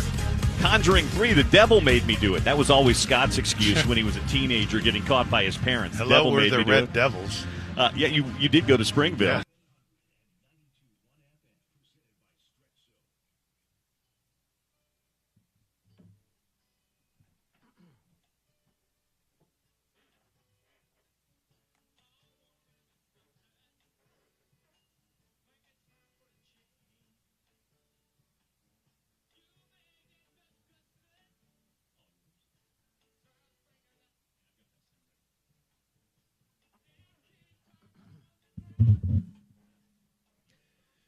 It is game week. You made it. You've been waiting for a long time. You've been waiting for months. Enjoy it. You blink and it's over. You get 12 of these, Thursdays, Saturdays. You get 12 of these games, hopefully more, if your team is ready to roll, which Utah appears to be. We're going to bring in Josh Furlong today, and then Austin Gale for a little pro football. 53-man roster set tomorrow. The preseason is behind us. ESPN 700 is happy to support the American Foundation for Suicide Prevention. Out of the Darkness Walk, it's happening on September the 7th at the Veterans Memorial Park in West Jordan at 10 a.m. For more event details, visit ESPN700sports.com. All right, if you're familiar with the tone and tenor of this program during college football, you know that every Monday, in case you missed it, we bring you Coach Witt. So here is the head ball coach from the University of Utah from this morning, Kyle Whittingham. We got a chance to be competitive, but we'll find out. You know, not all that matters is what happens on the game field, and so we'll find out this Thursday night. Get a good idea where we stand right now. Questions? Kyle, during your tenure, you've had an excellent track record in season openers of game wins, getting off on the right foot as a team. What's been kind of the secret to that consistency, regardless of opponent, that you've been able to be that successful in the opening game? I think it's the mindset of our players. You know, we've got a team that most every year works very hard and prepares the right way, and this year is no exception. And that's really the biggest key is good players that are ready to play on the in the opener and every subsequent week thereafter. But I would say that is the biggest factor is the way our guys work in the fall camp and focus and concentrate and get themselves ready to compete. Right frame of mind. Oh, there we go, Justin. Sorry. Go ahead. Okay. Ever since 1994, the university has historically kicked off on a Thursday night, with the exception of last year against Florida. It was on a Saturday. Do you feel like that helps with the exposure of the program? Good question. I don't know what the what the ratings would say or whatever, but I just know that it's been a habit of ours to, especially when we open at home, is to play on Thursday night.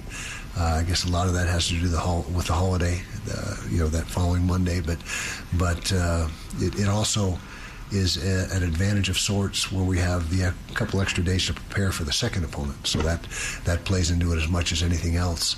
But that's just been something that's been in place for a lot of years, and it's worked for us, and far more years than not we have opened on a Thursday. So, Kyle, at Big 12 Media Day, you said the biggest concern was the running back room. Mm-hmm. How has that transpired during camp, and how do you feel about it now? Yeah, I feel good about it. Even though we don't have a clear-cut RB1, that's not it's not the end of the world that we don't have that. But we have the two tiers of running backs, like I mentioned. Towards the end of fall camp, where Mekhi Bernard, Jalen Glover, and Mike Mitchell. Yeah, I know I'm getting old. Mike Mitchell have been in that first group, and then we'll see the vast majority of the playing time. You'll also see Dijon Stanley get some touches during the game, and then Hunter Andrews has been a really good addition to the running back group, and will add value. And then Charlie Vincent, Mr. Reliable, that is such a weapon for us on special teams. He's one of the mainstays on special teams. But that is the room that we're working with, those six guys. And like I said, that first tier has separated itself from the second tier, with the exception of Dijon having a package of plays that he'll execute. Kyle, you've been pretty outspoken about entering a new conference has provided you a lot of energy heading into this season. But when you look back at last season, losing the bowl game, having as much injuries as you guys had, how much has it, I guess, sort of given you a burst of energy heading into this season and so forth? Yeah, everybody was disappointed last year, and we used that as motivation during the off season to get bigger, stronger, more durable, which comes with that, and looking forward to being the team that we know we can be. Last year was we were off the pace and had some things to overcome, but that's not that uncommon in college football. I mean, you go through years where you're not as fortunate injury-wise as other, and there's something you got to deal with. But right now we're in a good place, and if we can continue to keep the quarterback upright for the course of the season, then that is going to be a big plus for us. When camp breaks, you always hear coaches say it's hard for the third-teamers to get a lot of reps in practice.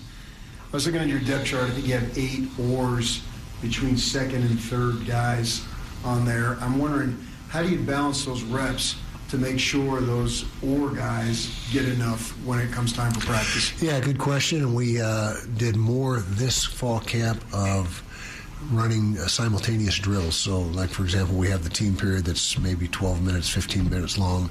Instead of just one group going against the other group, we have 2 complete sets going on simultaneously. And that has really been enhanced by the rule change, where everybody can coach now. Before, you ran out of coaches and you didn't have enough supervision and enough eyeballs on the drills as they were happening to make them as effective as they needed to be. But with analysts and everybody else being able to pitch in and coach, that has opened up a lot of opportunity for getting a lot more done during practice, because we have more sets of eyes on people and more people to help facilitate the drills and coach the drills. So that was what we did this year. You had a couple position changes, Jonathan Hall and John Randall Jr. What was the reasoning behind moving those guys? John Hall, start with him. He is he came to us as a safety, played safety in high school, but we projected that he would eventually outgrow that position, and he has done so. And we feel like his highest ceiling is without a doubt at the linebacker spot. We think he's going to be a really good one. That combined with a little bit of a lack of depth at linebacker, I wouldn't say it's a problematic position, but it's a position that wasn't maybe as deep as some of the others. And so based on his ceiling, where he's going to ultimately be the best player and where he could factor in sooner, would be at the linebacker spot. John Randall, same thing, corner spot, was maybe our thinnest position on the football team. And, we lost a couple guys that back in spring that and one during the summer player development that we weren't obviously counting on that happening. But he gives us, he was, first of all, he wasn't figuring into the rotation in the running back room, but he's a tremendous athlete. You look at his testing scores and his vertical jump, his 40-yard dash, his shuttles are all among the best on the team. And so that led us to the place where we said, hey, let's move you over to the defensive side and see how you do there. And he responded. He's got all the tools you need to play at corner. Doesn't have the experience yet. You're not going to see much of him early on, at least. But he is making a nice transition and providing more depth and a good 6-foot body. Corners, you try to get all 6-footers in the room. You can't do that because there's just not enough of them to go around. But when you get some length at the corner position, that definitely helps you, especially matching up against the bigger receivers. And then Hunter Andrews, we had him to help. We didn't have Mike Mitchell's as close as we have to a big back. He's about 215, 220, but Hunter's 225, and was in a situation where it was almost like a domino effect. Knowing Jono was going to move forward allowed us to take Hunter and give us a chance to get a big back over on offense, at least for now. That change is not necessarily permanent. It will be for this season, but down the road, whether we switch him back to linebacker remains to be seen. But he's a proven commodity at running back in high school. He gained 1,200 plus yards as a senior, almost 10 yards a carry. So it's not like it's new to him. He's a very accomplished running back from his high school days. Kyle, in spring we saw a lot of good stuff from Cam Calhoun. Obviously, we haven't heard much in fall. Where is his progress right now, and where do you think he can maybe contribute this year? He's going to be a big factor at corner, I believe, before the season's over. He had a setback during the summer conditioning. He's the player I was talking about during summer player development, but he's scheduled to join us in practice very shortly, as in next week, and start to get back into the mix. And so that's something that we're looking forward to because he's a good player. Kyle, Dorian Singer obviously had great stats at Arizona, not so much at USC. You've been very complimentary of him here. Can you spell out for the fans what it is you've seen and why you've given those compliments and what their expectations should be for him this season? Well, first of all, he is an exceptional football player. I mean, he does things out on the practice field that you just go, wow. You just look at each other as coaches and say, yeah, that's why we brought him here. And so he's got certainly one of the best sets of hands that we've had ever in our program. I mean, his catches everything. He's just as sure-handed as they come. His body control on the contested ball up the field is second to none. His route running, he's got exceptional ability to bend and sink his hips and get in and out of breaks. And right now he is our wide receiver one. There's no doubt about it. And the throw game goes through him at this point in time and has from way back in spring. And we're hoping that, and he's a proven commodity. It's not like, well, we hope he shows up on game day, because he has shown up. 1,000-yard receiver, as you mentioned, in Arizona. Got a little bit lost in the crowd last year at SC with their unbelievable talent that they have across the board. But he is going to be a big factor for us, and him and Cam have really developed a great chemistry together.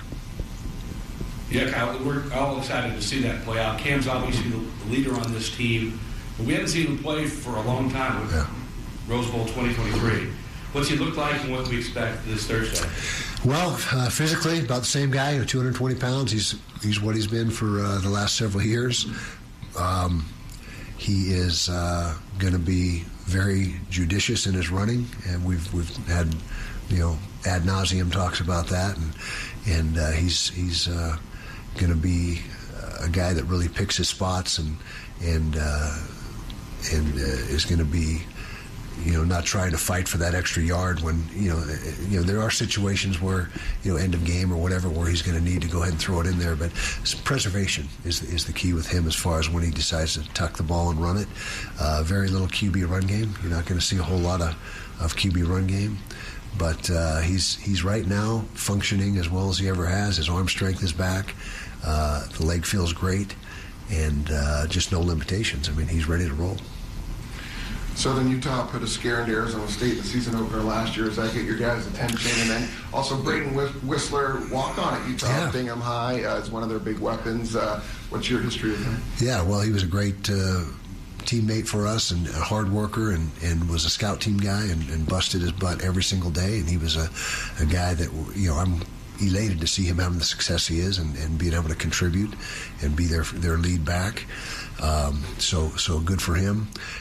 We don't overlook anybody. I mean, every year 1AA beats Division I, and usually multiple times. You already saw it this past weekend. Montana State got a win, even though they were the favored team. It still happens, and so we are very aware that we've got to play good football, and our focus is on us completely this week and playing our game and playing up to our potential and making sure that we. Like I said, don't get complacent and don't think that we don't need to show up, because we do. We're going to have to come out and play well. Do you have a third-team quarterback? We do. Right now it'd be Brandon Rose. And it's, Sam Heward has been really making progress. But, again, it's, we're established at 1 and 2 right now, but Sam is pressing for that number 3 spot. And if something happened when we got to that spot, it would probably be a competition between Brandon and Sam to see who ultimately is the guy. Kyle, in-helmet communication has been something that's been newly adopted into college football. I'm curious, as somebody that's been coaching for such a long time, how are you guys sort of navigating that this season on both the offensive and defensive side of the ball? Yeah, we've been using it from day one of fall camp, and I think it's a very positive thing. It should have been implemented years ago, in my opinion, as should have the 2-minute warning and everything else we're behind on in college football with the NFL. Eventually, if the NFL's doing it, eventually we'll do it. And I don't know why there's such a lag period, but there is. But we see it as a big positive, and again, we've been doing it not only in scrimmages, but every practice. We've got the communication going both offensively and defensively, and it's much more advantageous offensively for us. It's not as big a deal defensively because we signal and the whole, we don't huddle on defense, so everyone's got to look over and see the signals because you can only have the one guy with the earpiece. But on offense, it's been a real plus for us. I'm not going to say it's a game changer or anything like that because we're not a no huddle team, and so we'll we've had good communication in the past with our signals, and we don't feel like we've been compromised with signal stealing. But it just makes it a cleaner process, and better for the quarterback to be able to hear exactly what the offensive coordinator is thinking. Kyle back here. I know that we've spoken about it at fall camp, or spoken about him, but the return of a healthy Brant Keithy, I know also Cam Rising as well, but how are you feeling going into week one of your season, knowing that you've got these guys healthy on your offensive side? Yeah, well, he's a weapon for us, and he's looked great in practice. We've been we have been intelligent with how we've used him. We have given him a few practices off here and there just to make sure that we don't overdo it. But he is arguably, one of the top 2 or 3 receiving tight ends in the nation, and he's a tough matchup for defenses. And when you look at that position room is loaded. We got 6 guys that could maybe start anywhere in the Big 12 right now. That's how deep that is. The 2 deepest positions on our football team, defensive end and tight end. And between and the Caleb Lohner kid has really done some exceptional things in fall camp. Now we got to see how he'll react in the game and what he can do there. But between Brant, Caleb, Carson Ryan, Darren Bentley, Landon King, missing one, I believe. But hey, we got a whole room full of guys that are very talented, and you're going to see a bunch of multiple tight end formations in our schemes this year. Along the same lines of the NFL question a little bit ago, the importance of a general manager now. Turanga. That's the other guy. I'm sorry. No, you're good. You're good. It's racking my brain. Was just spinning at its slow speed that it goes at now. But the importance of a general manager now in college football and embracing more player personnel. How have you guys handled that and embraced that? It's an absolute necessity now. I don't know how you can do it without it, unless you're a team that had no NIL resources. I guess maybe they don't need one. But in this day and age of college football, you not only need a general manager, but a chief of staff, which we hired a couple weeks back. And so general manager is invaluable to, it's the same, on the same level and the same equivalency as the GMs in the NFL. I mean, you couldn't do without them. And so it's been a huge plus for us. Robert Blecken is our GM. It has been from, since we filled the position. I guess it's going on 3 years now, 2 or 3 years. But in order to keep all the finances and everything straight and all the, make sure everything's operating as it should in that space, and namely the NIL space, it's an absolute must. And then, like I said, chief of operations is, or chief of staff is a all-encompassing. What it does is takes a lot off my plate. All the subdivision, football ops, recruiting, social media, everything can be overseen by the chief of staff. And so our org chart, or whatever you call them, has really streamlined things. And fortunately, our administration has allowed us to bring in a general manager and a chief of staff, and that's where it's headed. It's the more, again, it's looking more like the NFL. Everything continues to look more like the NFL on and off the field. Final question, Josh? Oh, I'm just getting on a roll. Okay. I need to wear shades. My future's so bright. Yeah. Kyle, obviously a win is important, but what are you as a coach, are you looking for to show success in that first game? Clean football game, executing the way that we should execute, limiting penalties, just the whole mechanism of substitution, the special teams functions, everything, the whole operation needs to be clean, and that's what we're really looking for. Is no delay of games, minimize false starts, just those sloppy penalties that can show up, particularly early in the season. We'd like to get a great start on all that stuff. All right, there you go. Coach Witt, his media availability, typically Monday mornings, and what we do in our space throughout the college football season is bring that back around to you in case you missed it. Want to remind you, if you're a Ute fan and you want all the information for game day, make sure to download the official mobile app of Utah Athletics. It's Utah 360. You can get your tickets digitally sent to your phone. And obviously, it is game week, so make sure you have everything you need. 7 o'clock kick time, but get there early. Avoid the congestion.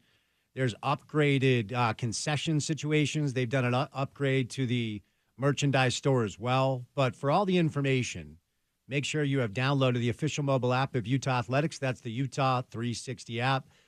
Utah, of course, is going to unveil its new football Ring of Honor at halftime. by welcoming in Utah great Alex Smith back to campus for a special ceremony to introduce Alex as the first inductee into the Ring of Honor. Our pregame coverage will begin at 3 o'clock on Thursday. Porter will have you taken care of. Then it's Bill, Scott, and Sly, as it is game week. More Utah football coming up. 2 hours down, 2 hours to go. Josh Furlong is our guest on the other side, right here on ESPN 700.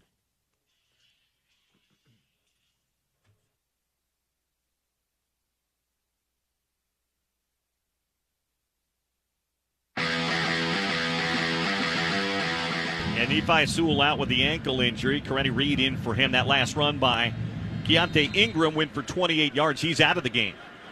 Darwin Barlow in here. 1st and 10 from the Utah 47. 4-wide look here for SC and Slovis. He'll pass. Pressure coming off the edge. He tries to dump it off to Barlow, and it's deflected. Devin Lloyd got a piece of it. He was blitzing off that edge and got a piece of that ball before it could get to Barlow. Incomplete. Yeah, and these are the plays you got to get. You got to make Slovis uncomfortable. It's a screen here. Great job by Devin, anticipating just at the right time to knock the ball down. 2nd down and 10 from the Utah 47, just underway here. 14:56 to play in the second quarter. Utah 7, USC 3. They'll move London into the right slot. 3 receivers to the right now. Barlow stays in the ball game. Slovis stays in the shotgun. They motion Drake London to the inside. That's going to be a run every time. Barlow bounces to the outside. He breaks a tackle, dodges another, and picks up 4 yards to the Utah 43. That'll bring up 3rd down and 6. And I know USC's running the ball a little bit here, but their mantra really is to throw it. That's what they know. That's they never stick with it. They don't. They'll run it on you a little bit, but at the end of the day, they're going to go back to that pass. And the answer against this defense is to run. 1 out of 3 on 3rd down are the Trojans. They've got to get to the Utah 37. Slovis in the gun. Will Utah bring pressure this time? Yes, they will, and here they come. Slovis to the outside, too easy. Finds Washington inside the 35 and down to the 31. Utah was playing way off, and that was an easy pitch and catch of 12 yards and a 1st down. Yeah, and USC just hasn't thrown the ball that long. You got to see that defensively, and with the motion, it kind of messed Utah up just a little bit defensively because Malone Mataele should have played that tighter than he did. So 1st and 10 for the Utah 31-yard line. Slovis stays in the shotgun here on 1st and 10. Brings a man in motion across the formation. That's Gary Bryant. He'll drop the pass again. Plenty of time now. Steps up away from the pressure. Hit from behind and taken down. Sacked all the way back at the 37-yard line. Mika Tafua circled back around and wrapped up Slovis and took him down. But if you see Slovis, he doesn't want to scramble. He wants to sit and live in that pocket. I mean, he just doesn't want to get out, and that's really good for Utah. Great job by Mika to just keep at it and keep with him. Utah doing a really good job getting pressure with 4 and 5 men. They're not having to bring a lot of bodies, are they? No, and that's helpful, and then they can cover down the field. Here we go, 2nd down, and we'll call it 16 all the way back at the 37-yard line. Slovis in the pistol formation, checking with his receivers on the outside. Turns and gives to Ingram, who's going to be wrapped up and stacked up back at the 40-yard line. Oh, man, they're going to give him the 39. He didn't even reach the 39-yard line. It'll be a loss of 2 yards. Xavier Carlton came in to wrap him up and take him down. 3rd down and long coming up. Yeah, good to see from Xavier. Just real athletic, real aggressive here, actually getting there. And he's playing from the inside. So Xavier's not a tackle. This is that different look by Utah, and he just beats the guard to the inside. Clark Phillips is going to see Drake London on 3rd down and 18. Slovis wants the snap, takes it. Here it comes, 4-man rush. Nobody open right now, throws it to the outside. Oh, he's got him! London at the 20. He needed 18, and he picked up 20 yards. He was standing all by himself.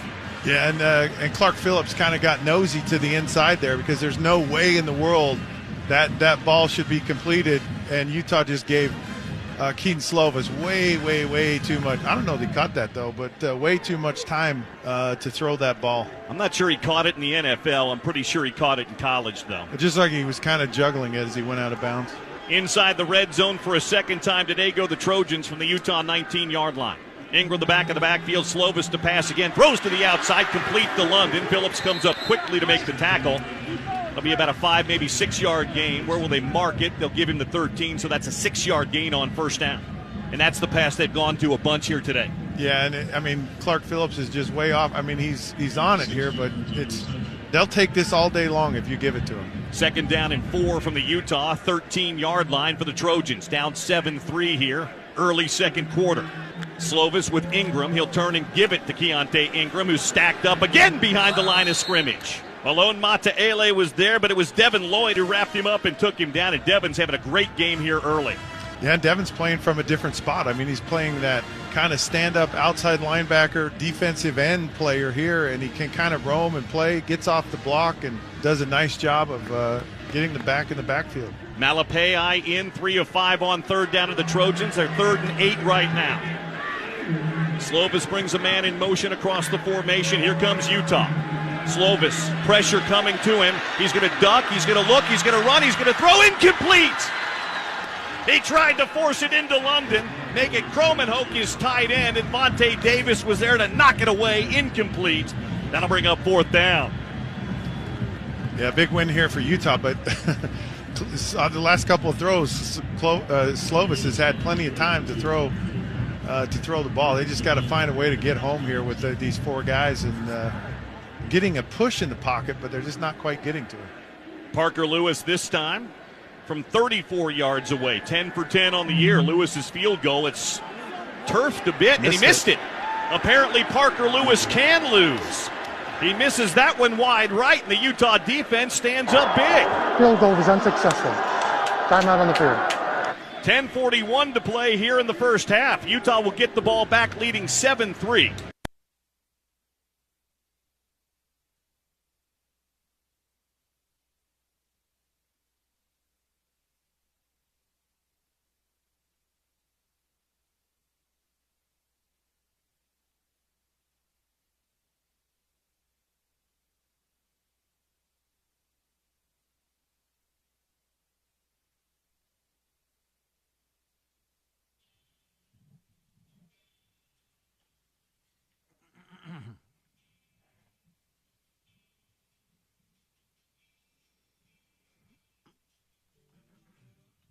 Game week, you made it. Congratulations. The offseason always feels like it's long, and then the season always feels like it's super short. Only get 12 of these things, guys, so enjoy the moment. Coming up on Thursday, 7 o'clock, Utah SUU. Our next guest covers Utah athletics with our good friends over at KSL. Josh Furlong on a Monday afternoon, a game week Monday afternoon. Josh, happy Monday. Yeah, it is a happy Monday. It's so good to have this back and actually get to talk about real football instead of all this speculation that we get to talk about. Yeah, for sure, for sure. So let's dig into Thursday night, and we just played Coach Witt's media availability, and you were among the gentlemen, the media members who asked questions.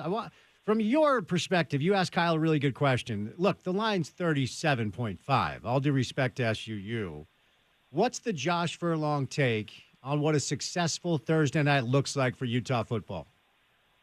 Yeah, I think, obviously you want to get that win, but you want to make sure that you look as clean as you can coming into these first games. I know they're not perfect, right? Like, we get that. I think we build it up so much for these first games of the season, and we expect everything to kind of, the team to hit the ground running and everything is perfect, but that's not always the case.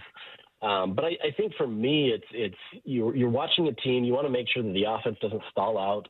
They're not going through too many 3-and-outs. There's going to be mistakes, but you want to make sure that they're as crisp and clean as they possibly can. And the more crisp and clean that they can be, it feels like the better that they can be this season, especially if you can start out against an FCS opponent where, like you said, admittedly, it's not going to probably have much of their attention. And so it's just a matter of making sure that you can be assignment sound, making sure you can be good. So to me, I don't know that you get much outside of that, right? Like, you want to see Cam Rising leave by halftime. You want to see Isaac Wilson taking over those snaps at the start of the second half. You want to make sure that you're getting a lot of these guys some experience, but you're also not getting injured. So, there's a few little things out there, but honestly, it's a glorified scrimmage in my mind, especially against a team like SUU, where you get an opportunity to play somebody that's not yourself and kind of see where you're at in a real life setting. Any Josh Furlong surprises or takeaways? And we all overreact to the two deep, of course, but we actually get it. We know what it looks like. Any surprises, takeaways from the first two deep of the 2024 season? Maybe not too many surprises. I think more or less just maybe some of the positions that they moved around with Jonathan Hall and You had, I'm blanking on the other name, that moved over to corner. You got, a lot of these guys are moving over because they need to fill depth. They've got to be able to move on and help in that respect. And so I think it's really just kind of how the coaching staff evaluates some of these guys. By and large, a lot of this too deep we've known for quite some time, right? Like, I think there's still some questions, maybe at safety, who are those guys that are going to really get the reps? Teo Johnson, Nate Ritchie, Alakai Gilman.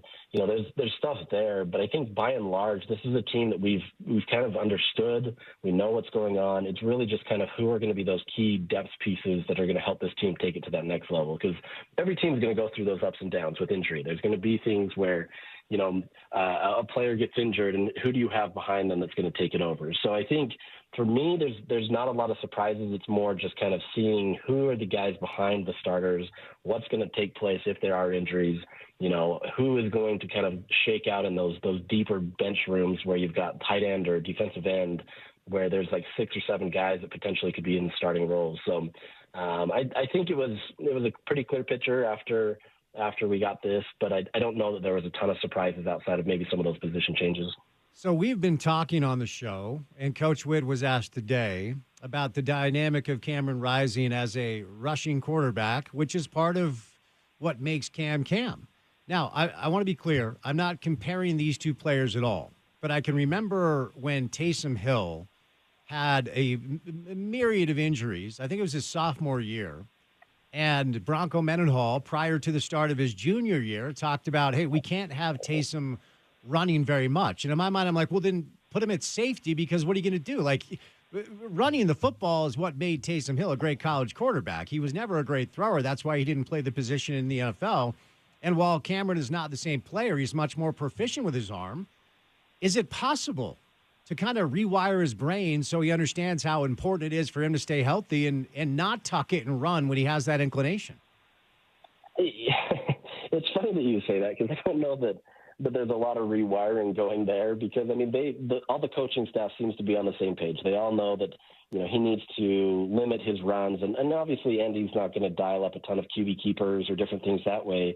But then you talk to Cam, and he says it's not an issue, right? He's a playmaker, and he's going to go find a way to make plays. And I think you're always going to find a way where Cam can say, yes, this is the play that I needed to make. Now, there's going to be probably a lessened effect of that, where he's not going to be in harm's way, so to speak, a ton more. But he's playing a position where you can't honestly protect it all the time, right? Like, whether you run him out or not, all it takes is him stepping back and having a bad problem with, twisting his ankle or something, and something happens. So I understand you're trying to limit, the hits and the runs and the different things there. But I just think at the end of the day, you've got a guy that's going to do whatever he can to win. And it's easy to make those statements when, Utah's blowing out a team by 20, or they have a comfortable lead.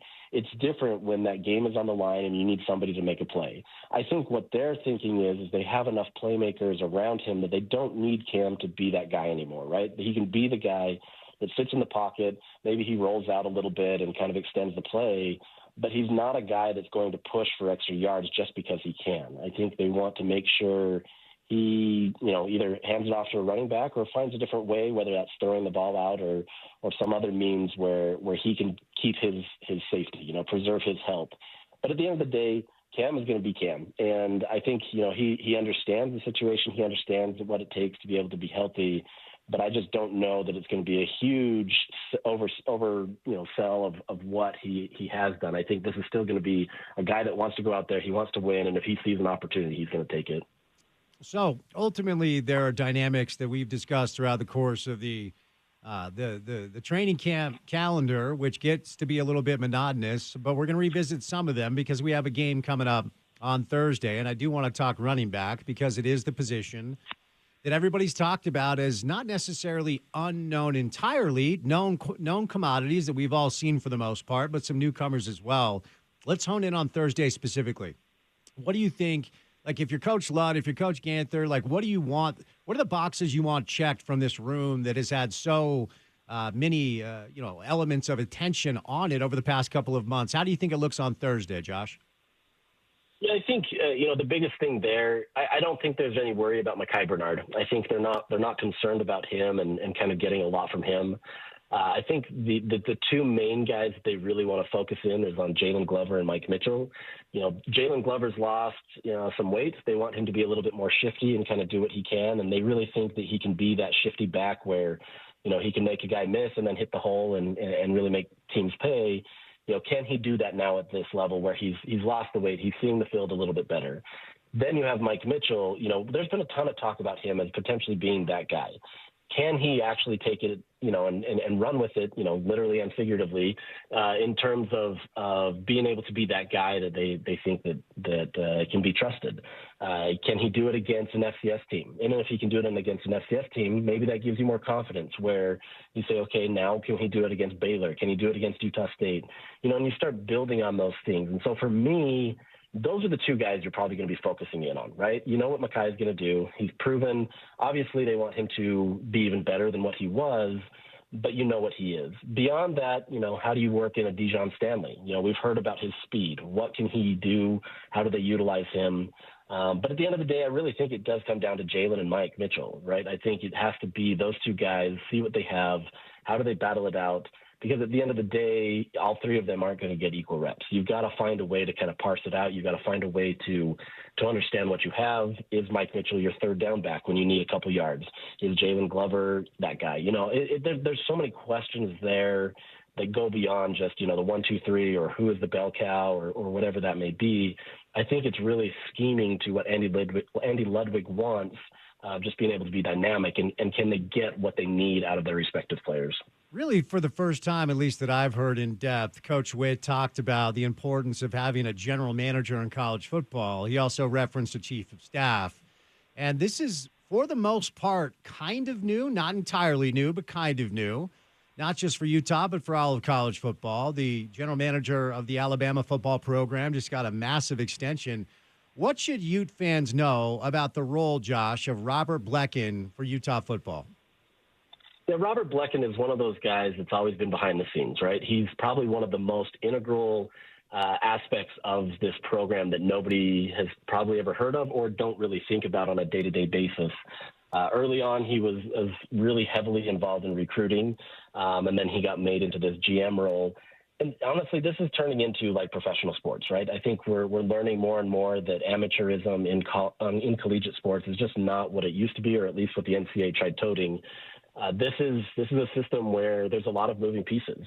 And as much as the coaches are trying to take a hold of it, they have to have these other staff members to be able to help. And if you can find somebody that's effective like a Robert Blecken, your job is so much easier. The part of Utah's success over the last few years is simply because of Blecken and other people, but Blecken has done a really good job of organizing the recruiting. He's done a good job of making sure that players are where they need to be. There's a lot of different personnel aspects that go beyond just the coaching, and the more you allow Kyle to coach and let Robert Blecken and the other people manage it from that way, the better the team can manage or be managed, right?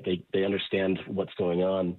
Kyle said it's essentially you can't do it anymore without the GM role now. So to me, this becomes a very vital position, and I think you're going to start seeing a lot of these positions, these GM positions especially, getting paid pretty handsomely, because if you can find somebody that can manage your roster well, keep guys intact, understand what's going on, look at the transfer portal, who's available, that's going to be a huge advantage to you, especially if you aren't a team like Ohio State or Alabama or Georgia, who can come in with that cachet and say, look, we're national champions just by being Alabama, whatever. Utah can do much more with a GM like this if they find the right guy, and they have with Robert Blecken to be able to manage that system and do really well with it.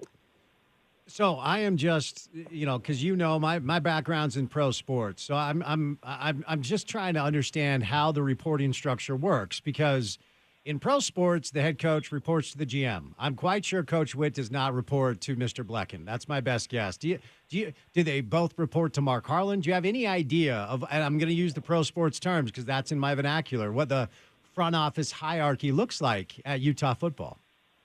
Yeah, my understanding is that front office hierarchy does fall under Whittingham, right? Whittingham is the head of that department, and he is going to, maintain that, barring some massive change. I don't imagine that But I do think there's some administrative roles that, Jeff Rudy, for example, who's been part of the Utah football program on the sidelines, is now in more of an administrative role and as an athletic director assistant.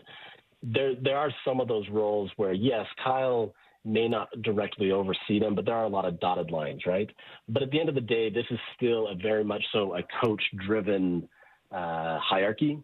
So it's not quite the same as the GM is going to come in, do an evaluation of Kyle Whittingham and say, Kyle, we want more from you. We're going to let you go. This is flipped a little bit. I think it's more of just a roster management and really kind of helping that aspect.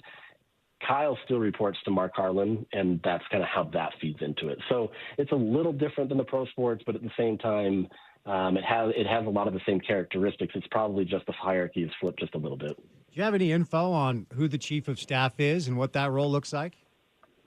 Yeah, I don't know completely what that role will entirely look like, but it hasn't officially been said. But on Twitter, there has been some understanding of who it is. I'm blanking on his name. Her name is Williamson. I can't remember her first name, but she's going to take over that role and really help in that capacity to really just kind of be another help in that system, right? Where you're trying to find guys that are going to fit the system, take a load off of Kyle Whittingham's plate so that he can just focus on being a football coach.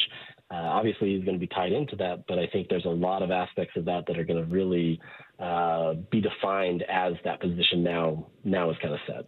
In an odd way, Josh, even though it's been chaotic and remains, basically laced in chaos in a number of different levels. We had Matt Brown on earlier. We talked a ton about where we're at with the House versus NCAA, and are we getting closer to uniformity and where the haves and the have-nots. Is there a chance that when the dust settles, this could be excellent for the head coach of a college football program who once upon a time was asked to wear maybe too many hats with all of this help that he has around him? What are your thoughts on that? Yeah, I think so. And I think, with these schools having to pay players soon and trying to manage all of that stuff, that's the last thing you want your head coach doing, right? I think you're hiring a guy to come in there to just coach football. And if you're getting him to be able to have to manage the roster in the way that a chief of staff or a general manager has to, that becomes a challenge, right? And it takes away from the football. Now, it's funny because coaches have been able to do this for a long time, and I get it's harder, but I think for a coach to be effective and where they're not honestly, at the office 24/7, they already are. But I think if you can get more of them to just focus on the game, that's what you want, right? Especially in football. If you can get the coach to just focus in on the actual game, that's going to be so much more beneficial. You have other guys that you trust that allow you to be able to do what you need. And that's one-on-one, right? You can't just expect the coach to fully abdicate his responsibilities.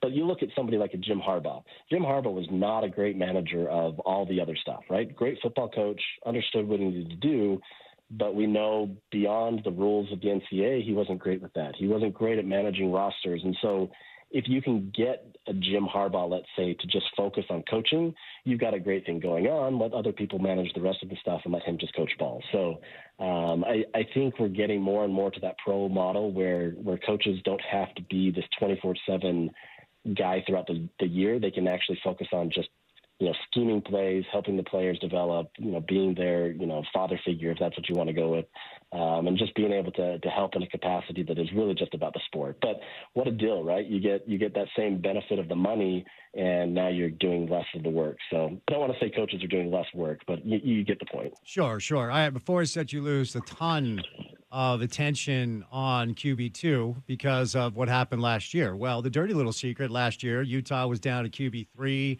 4, and 5. We got a little clarity today on who QB3 is. Fill our listeners in. Yeah, this is my favorite part of the press conference today because he did mention that Brandon Rose is QB3, but it was a very I don't think he was very excited to make that statement because I think Brandon Rose just hasn't done what he needs to. Let's just be point blank. He's not doing the things that he needs to be able to be confident in that. I think they're trying to get Sam Heward into the system and understand it better so that if there is a situation where they did have to get to QB3, that, they're going to battle that out and potentially Sam could win the job because he at least has that experience. So I don't know that there really is Brandon Rose as QB3. I think he's probably in name is that. But at the end of the day, I think they want to see Sam really kind of own up this system, figure it out a little bit more so that they could push for that QB3 spot. But I mean, if honestly we're to that QB3 spot, I don't know what we're going to do. I think after last year, that was enough for Utah fans. So I think we're hoping that if anything, it just goes to QB2 and we'll call it a day. Josh, thanks, man, for the time. Game week, great to be back, and we'll chat soon, okay? Sounds great, man. Josh Furlong covers the University of Utah for KSL. He can be found on social media at JFurKSL is where you found him. We have some surprising breaking news. The Denver Broncos are either going to waive or trade Tim Patrick. That's just coming down. Now, 53-man rosters are set tomorrow. Wonder what this means for Tim. Wonder what it means for Devon Vele. Tim Patrick, I think, a couple of touchdowns in the preseason. He's overcome injuries in back-to-back years. So that is just coming down that the Broncos are expected to either move on from Tim Patrick or potentially going to trade him. So there you go. I'm sure we're going to have a bevy of breaking NFL 53-man news over the next 24 hours. Do you guys live or work in a building with an elevator that just doesn't seem to cooperate and just loves to inconvenience you on a regular basis? Do your property or building manager a favor and tell them to call Metro Elevator, Utah's preferred vertical transportation experts. They can be found at 801-946-7003. That's 801-946-7003. All right, we are going to bring in Austin Gale to talk a little pro football on the show. We'll get back to some college football in the 5 o'clock hours as it is game week for the Utes. But Thursday night, do you have what you need? Are you ready to watch Big 12 football? Are you ready to watch all of college football, pro football, and get everything you need in one place? Don't wait. If you call today, they can still get to your place to install because it's a one-stop shop at the Dish Professionals. Give them a call at 801-424-DISH, 801-424-DISH. We're going to be on remote there tomorrow. Austin Gale stops by coming up next right here on ESPN 700.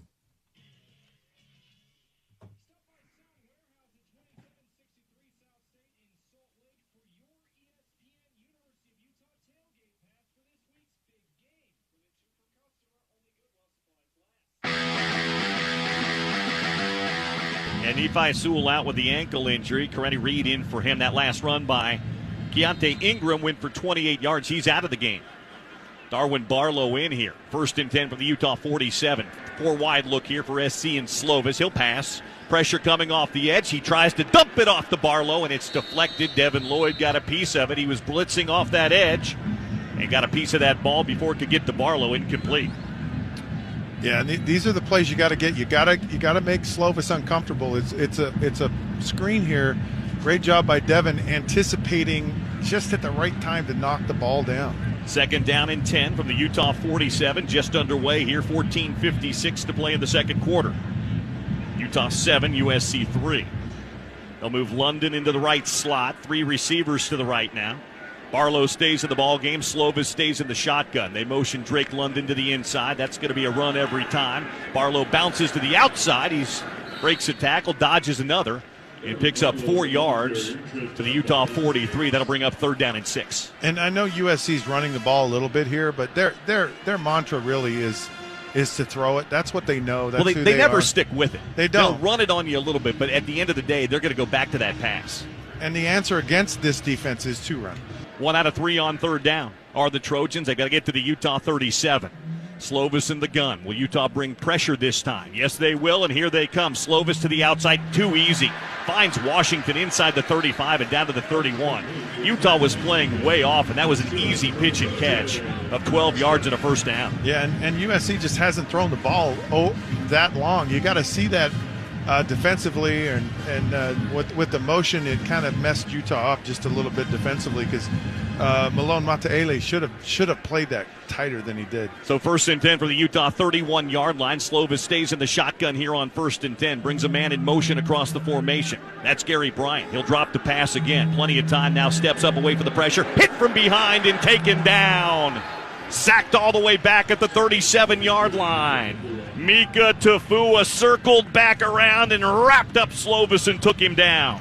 But if you see Slovis, he doesn't want to scramble. He wants to sit and live in that pocket. I mean, he just doesn't want to get out, and that's really good for Utah.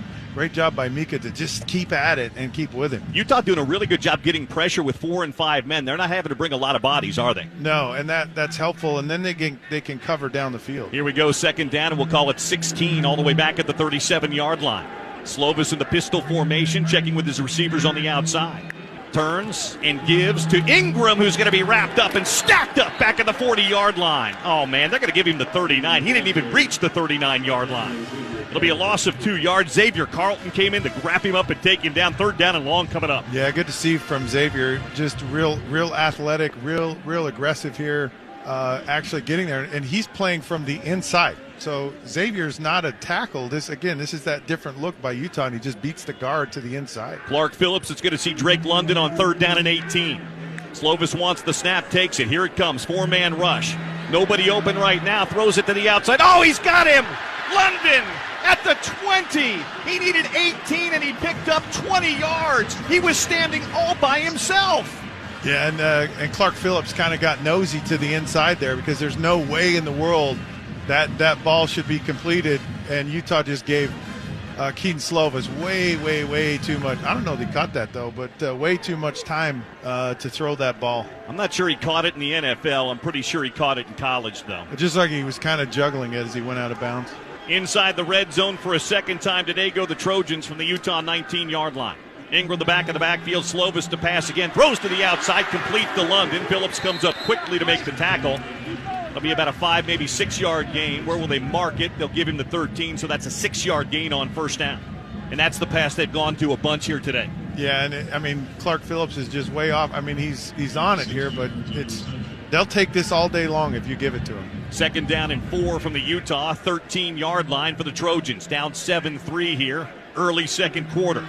Slovis with Ingram. He'll turn and give it to Keontae Ingram, who's stacked up again behind the line of scrimmage. Malone Mataele was there, but it was Devin Lloyd who wrapped him up and took him down, and Devin's having a great game here early. Yeah, Devin's playing from a different spot. He's playing that kind of stand-up outside linebacker, defensive end player here, and he can kind of roam and play, gets off the block, and does a nice job of getting the back in the backfield. Malapei in 3 of 5 on third down to the Trojans. They're 3rd and 8 right now. Slovis brings a man in motion across the formation. Here comes Utah. Slovis, pressure coming to him. He's going to duck, he's going to look, he's going to run, he's going to throw. Incomplete! He tried to force it into London, make it Kromenhoek his tight end, and Vontae Davis was there to knock it away. Incomplete. That'll bring up 4th down. Yeah, big win here for Utah, but on the last couple of throws, Slovis has had plenty of time to throw the ball. They just got to find a way to get home here with these 4 guys and getting a push in the pocket, but they're just not quite getting to it. Parker Lewis this time from 34 yards away, 10 for 10 on the year. Lewis's field goal, it's turfed a bit, and he missed it. Apparently Parker Lewis can lose. He misses that one wide right, and the Utah defense stands up big. Field goal was unsuccessful. Timeout on the field. 10:41 to play here in the first half. Utah will get the ball back, leading 7-3.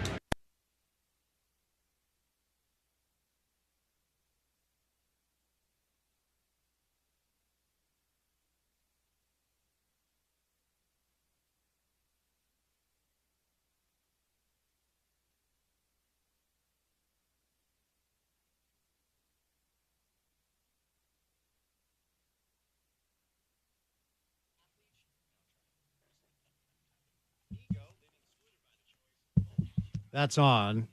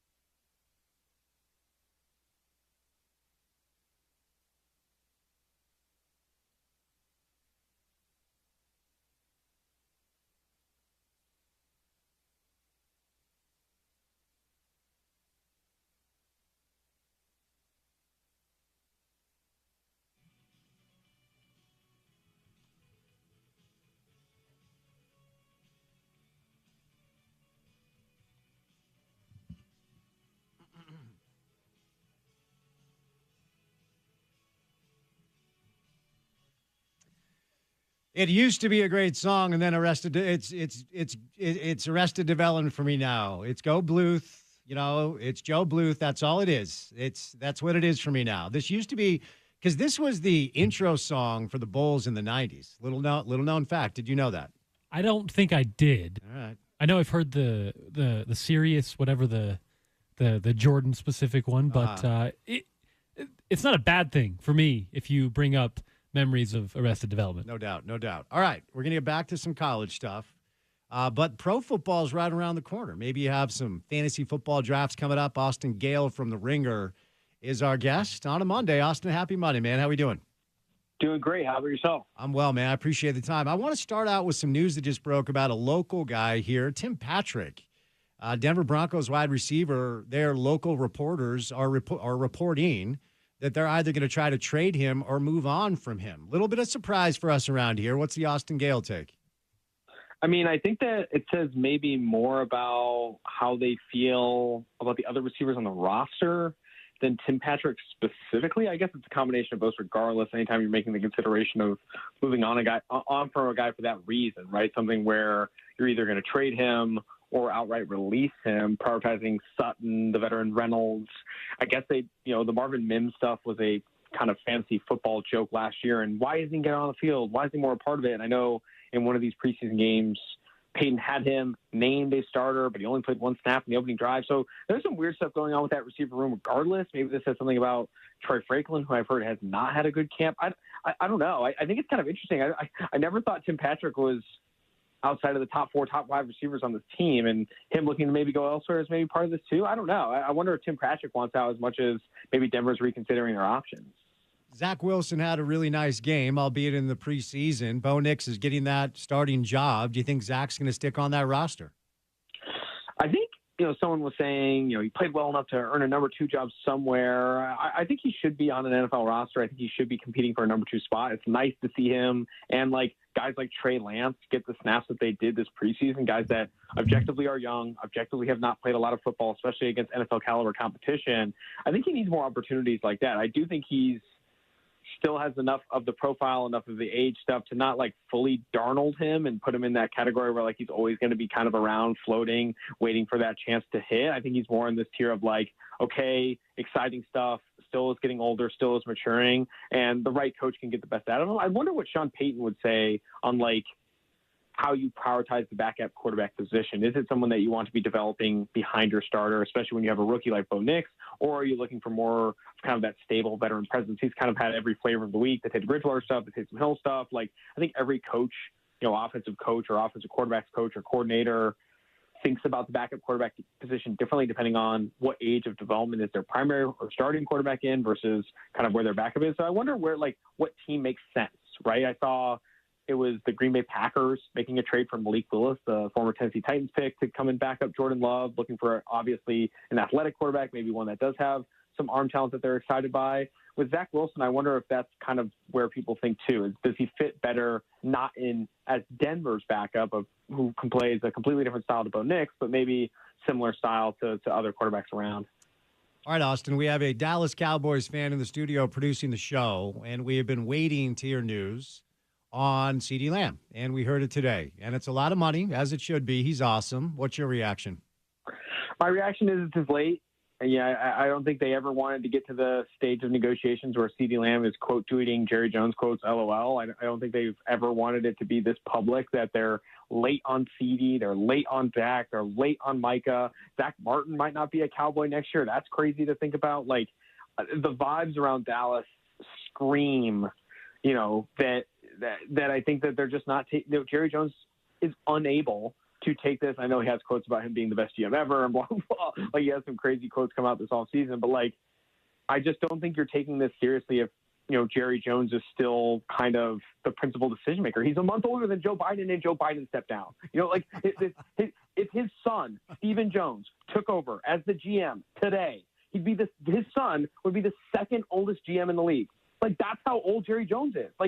It gets to a point, literally, as we've seen at the President of the United States, where you get so old that it is very, very difficult to make decisions at that level, especially at the minutia that you need to be a GM of a football team. They are the richest team, richest franchise in sports. Can you guess where they rank in spending this year in terms of money on their roster this year? 32nd. Like, they're spending the least amount of money than any team in the NFL. They're the richest sports and franchise. Their GM is saying everything's fine. Star receiver quote tweeting quotes about, the vibes couldn't be worse. Like, I really do think Dallas needs a reset in terms of, yes, Jerry Jones drafted Troy Aikman. Yes, they had success with Troy Aikman, but they have not gone through the divisional round in 10, 15 plus years. Like, it's still just, I think the Cowboys need a reset. And I think they're going to have that opportunity after this year because I don't think Dak is there. I don't think there's a chance Micah Parsons isn't there. There's a chance that Zach Martin isn't there. There's going to be a lot of opportunity for Dallas to reset next offseason. And, say this year does go well and you do get a good year out of Dak again and blah, blah, blah. Maybe you do win one playoff game. I still think we're going to be looking in the mirror at the end of this year and being like, man, maybe it's time for Jerry Jones to be not the number one decision maker on this football team anymore.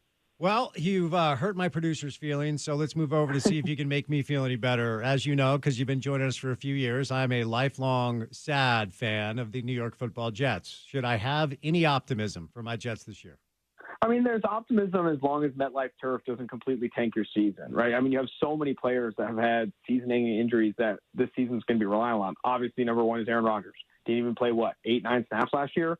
Breece Hall, people forget, as excited as he is in fantasy, as exciting as he is as a player, another player that had a season-long injury, you have to make sure he stays healthy. Mike Williams, you have to stay healthy. And Garrett Wilson, the guy who's been an epitome of consistency, any Jets fan would tell you, oh my gosh, can't wait for not Zach Wilson, Garrett Wilson. Can't wait for him this season. I think he's one of the best receivers in the NFL. Always going to have this opportunity with Aaron Rodgers. Can't be over-dependent on him either. I do think the Jets are over-dependent on a handful of guys being healthy for a 17-game season for them to be market competitive. And then we have not said the quiet part out loud. What if Aaron Rodgers is just fine?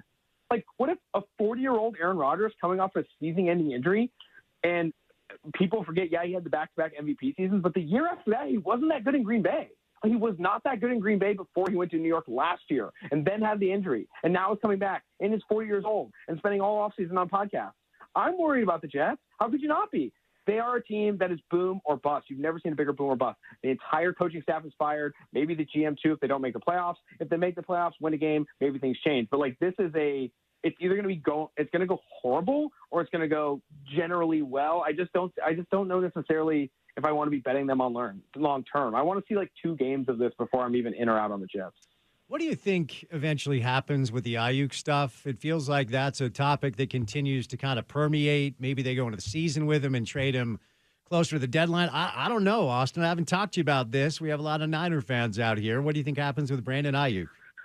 I can tell you what I hope doesn't happen. I don't want to see another tweet about him requesting a trade, even though it's already been said he's been requesting a trade 55 times. Just how public this has been tells me a handful of things. One, I really do think that Ayuk wants to get paid more than anything, more than going to another team, more than reuniting with Jaden Daniels, more than reuniting with Antonio Pierce, blah, blah, blah, blah. He wants his money. He wants his money. He sees all these other guys making money. He wants his money.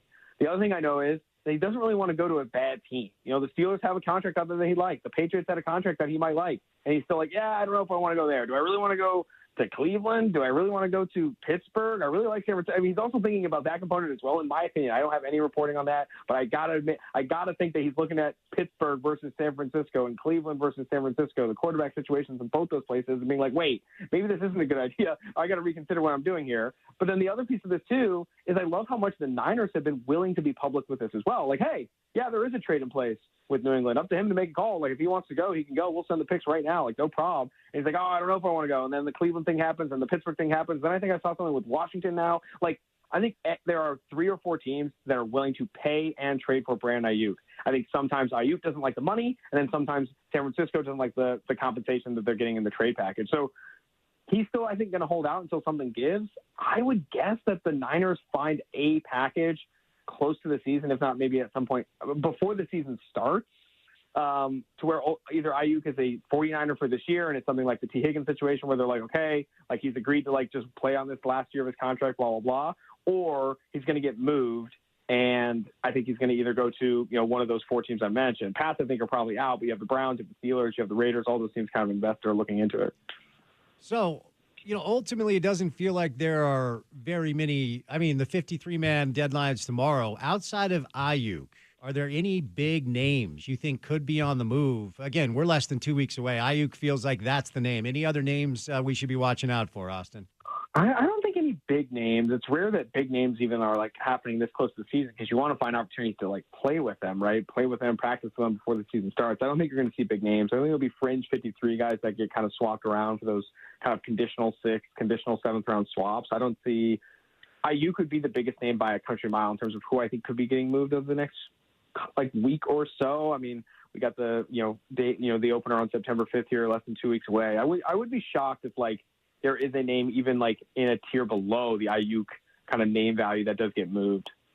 Vegas, it's interesting. You look at the lines. Vegas is telling us there are 2 very elite teams and then a really big gap between them and everybody else. Chiefs, Niners, according to Vegas, overwhelming favorites as the 2 elite teams in the league. And then there's a precipitous drop between the Ravens, Lions, Eagles, and Bengals, Texans. Do you think any of the teams that aren't in the group of 2 have a chance to crack those 2, or is it simply Kansas City and San Fran?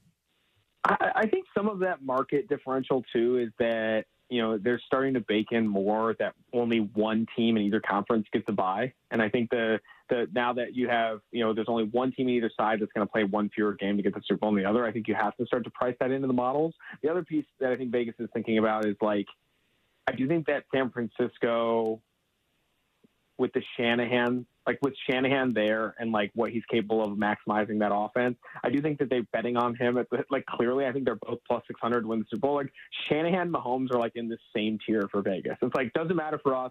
Ayuk or no Ayuk, we're going Shanahan. We know what he's capable of. We know this offense is going to put up points. We trust in the defensive staff that he's replaced, D'Amico Ryans and everyone that's come through there. Like, we have faith in San Francisco. With the Chiefs, I think it's obviously a combination of Andy Reid. You got Travis Kelce, blah, blah, blah. Like, it's Mahomes, right? And Mahomes, I think, dominating the AFC, I don't think surprised anybody. I think there's, like, new energy in Kansas City, talking to some of my Chiefs friends about, like, what if we three-peat? No one's ever three-peated. And I think that, one, like, find whatever you can to give you motivation going into a season, especially when you've had all the success. But if Kansas City does roll into the season being like, oh, my God, we have a chance to do something no one's ever done, we got the three-peat, all the, X amount of Super Bowls before 25, I think there's energy in San Francisco or in KC that's, like, going to, I think, really help them avoid a hangover after winning. Now, I think the team more likely to be hungover of those 2 is San Francisco. So if I was going to say there's opportunity in either conference, I would say the NFC. Why I feel the hangover in San Francisco? I think Shanahan has to be in a bad place in terms of just emotionally about how, like, the expectations for this team, literally win the Super Bowl or it's not good enough. Like, you have to win the Super Bowl this year. If that's what they want. Brock Purdy's going to get more expensive. They're already struggling now with the IU contract and the Trent Williams contract, who's still holding out. Like, you have to win the Super Bowl with this team, especially before you have to pay your quarterback. And then you're going to pay a quarterback that, like, anyone with a set of eyes would say he's not in the Mahomes tier. He's not in the Josh Allen tier, the Lamar Jackson tier, the Joe Burrow tier. Hell, he might not be 2 tiers close to those guys, but you're going to have to pay him market rate. Like, I know San Francisco fans are worried about what that Brock Purdy number is going to be. And I think Shanahan is too, because the reason San Francisco is plus 600 is not because of Brock Purdy, but it's because they got Chris McCaffrey, George Kittle, Deebo Samuel, Trent Williams, Fred Warner. Like, they're able to pay a lot of guys at non-premium positions high dollar because they don't pay a quarterback a ton of money. I think Brock Purdy ranks 65th in cash or money he's going to make per game this season among quarterbacks, and he's one of the starting quarterbacks for what should be a Super Bowl favorite as they are. I do think San Francisco, the numbers change dramatically after this year. The vibes going in with Brandon Ayuk on the holdout, Trent Williams on the holdout, Christian McCaffrey with a calf injury, I do worry a little bit. Obviously, Shanahan has the baked-in floor, but if there's one team on either side that's going to show weakness, I do think it's the Niners, not the Chiefs.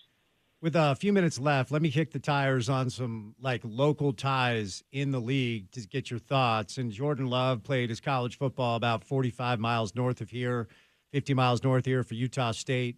Grabs that starting job a year ago, took a couple of games to figure it out, and then flew, got paid. What's year 2 in Green Bay under Jordan Love look like?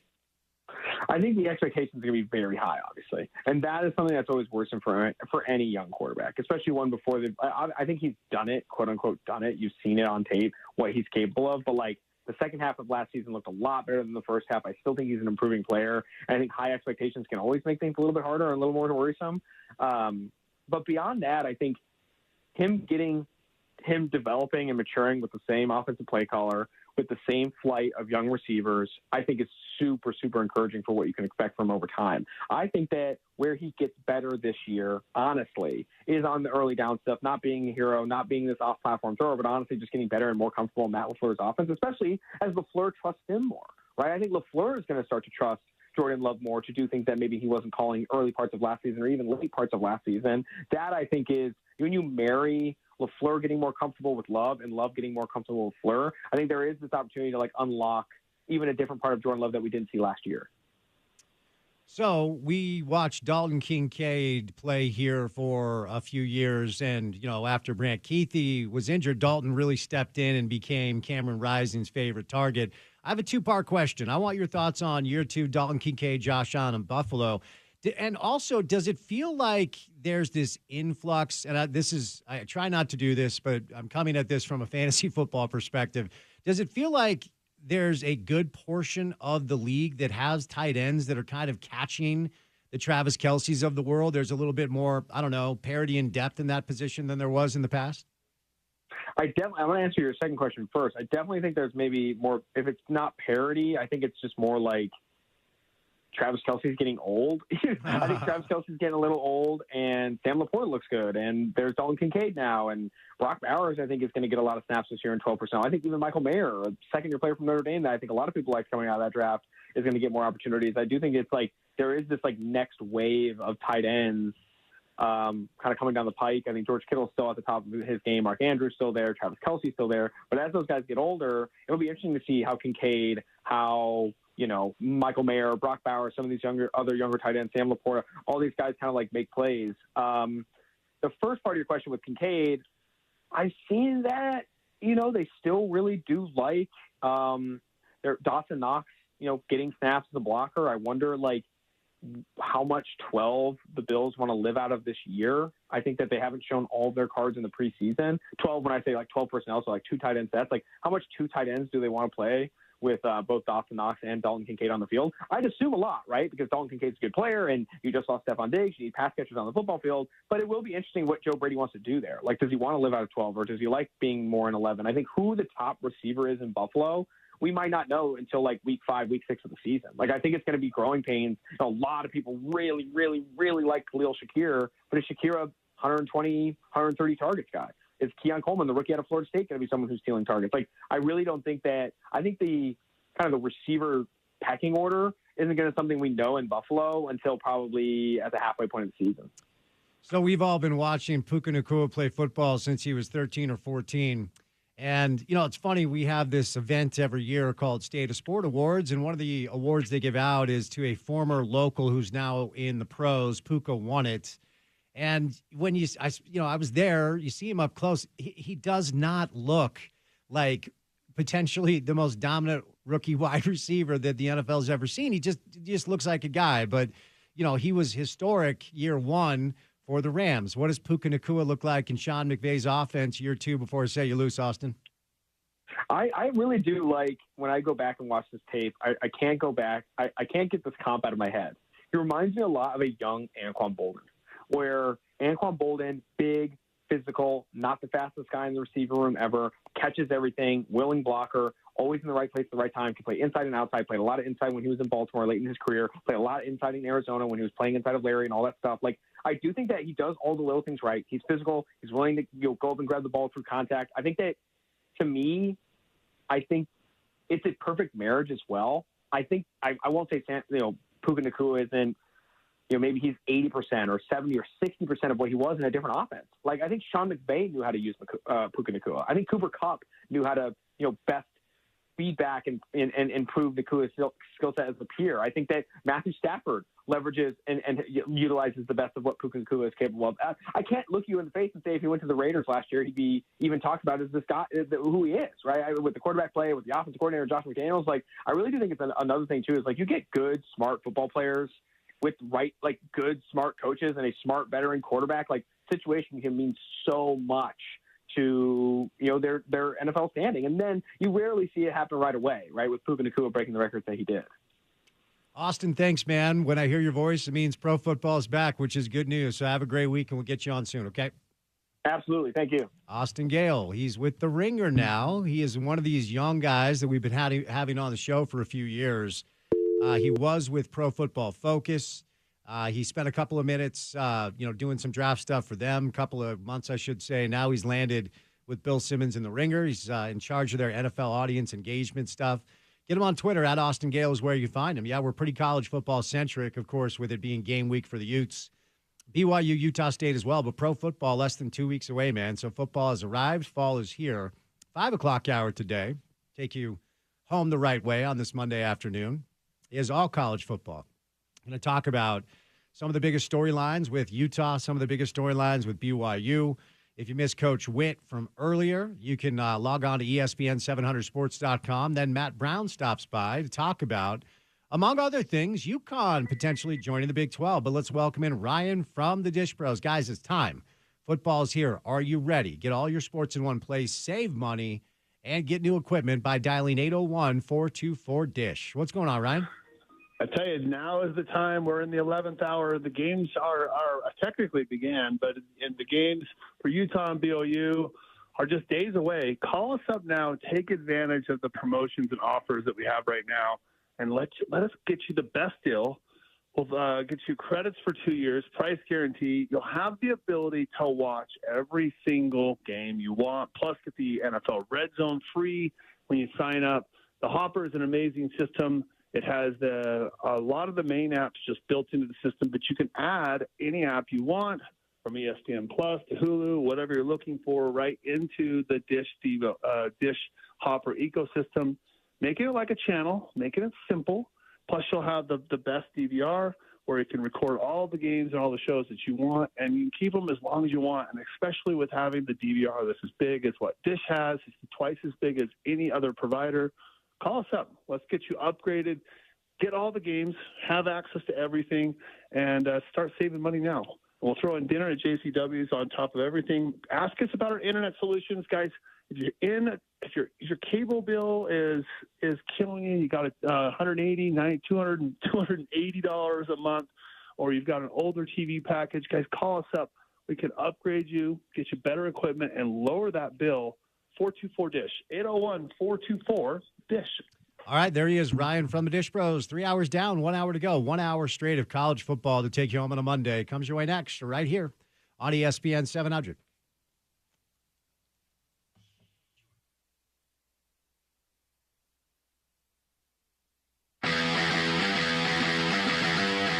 Bernard, the tailback, 3 wide look here for Utah on 1st and 10 from their own 20, leading at 7-3.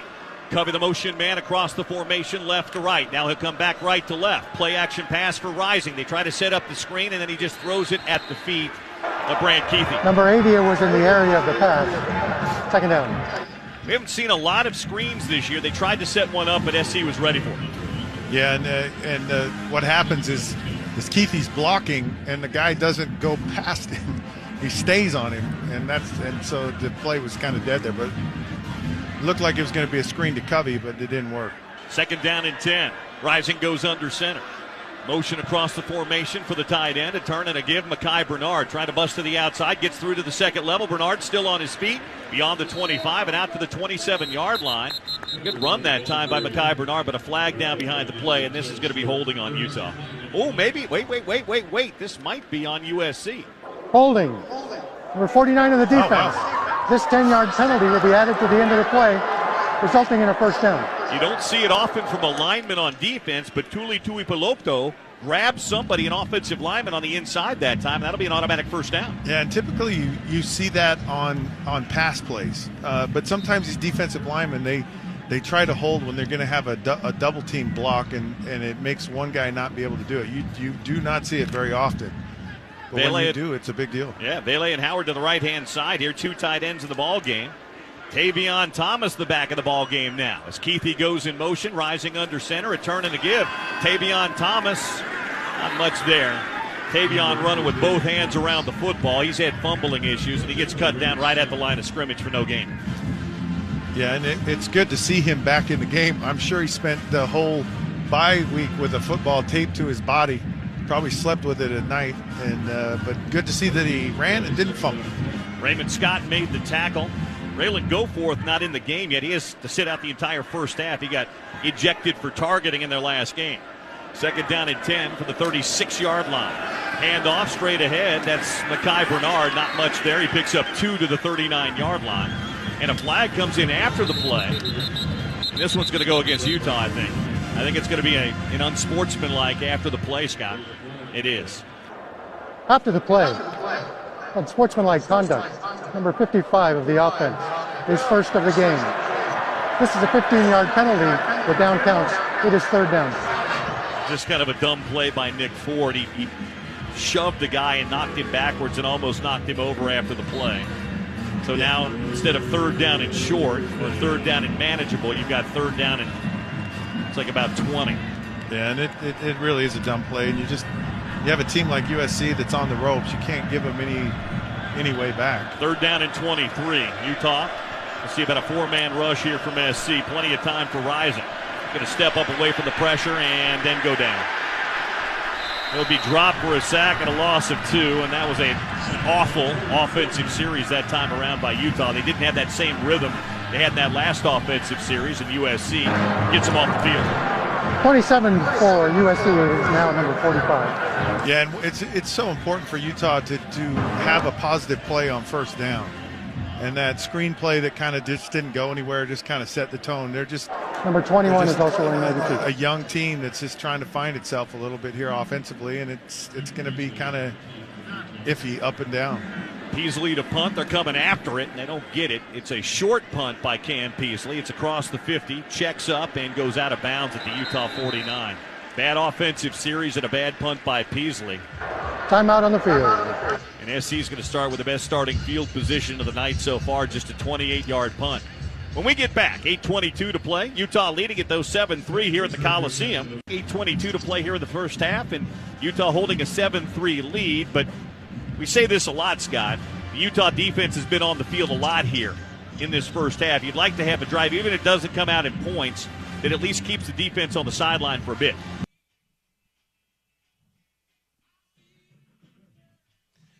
All right, wrapping it up. Final segment for this game week Monday edition of The Drive. Just a few days away. Utah football is back.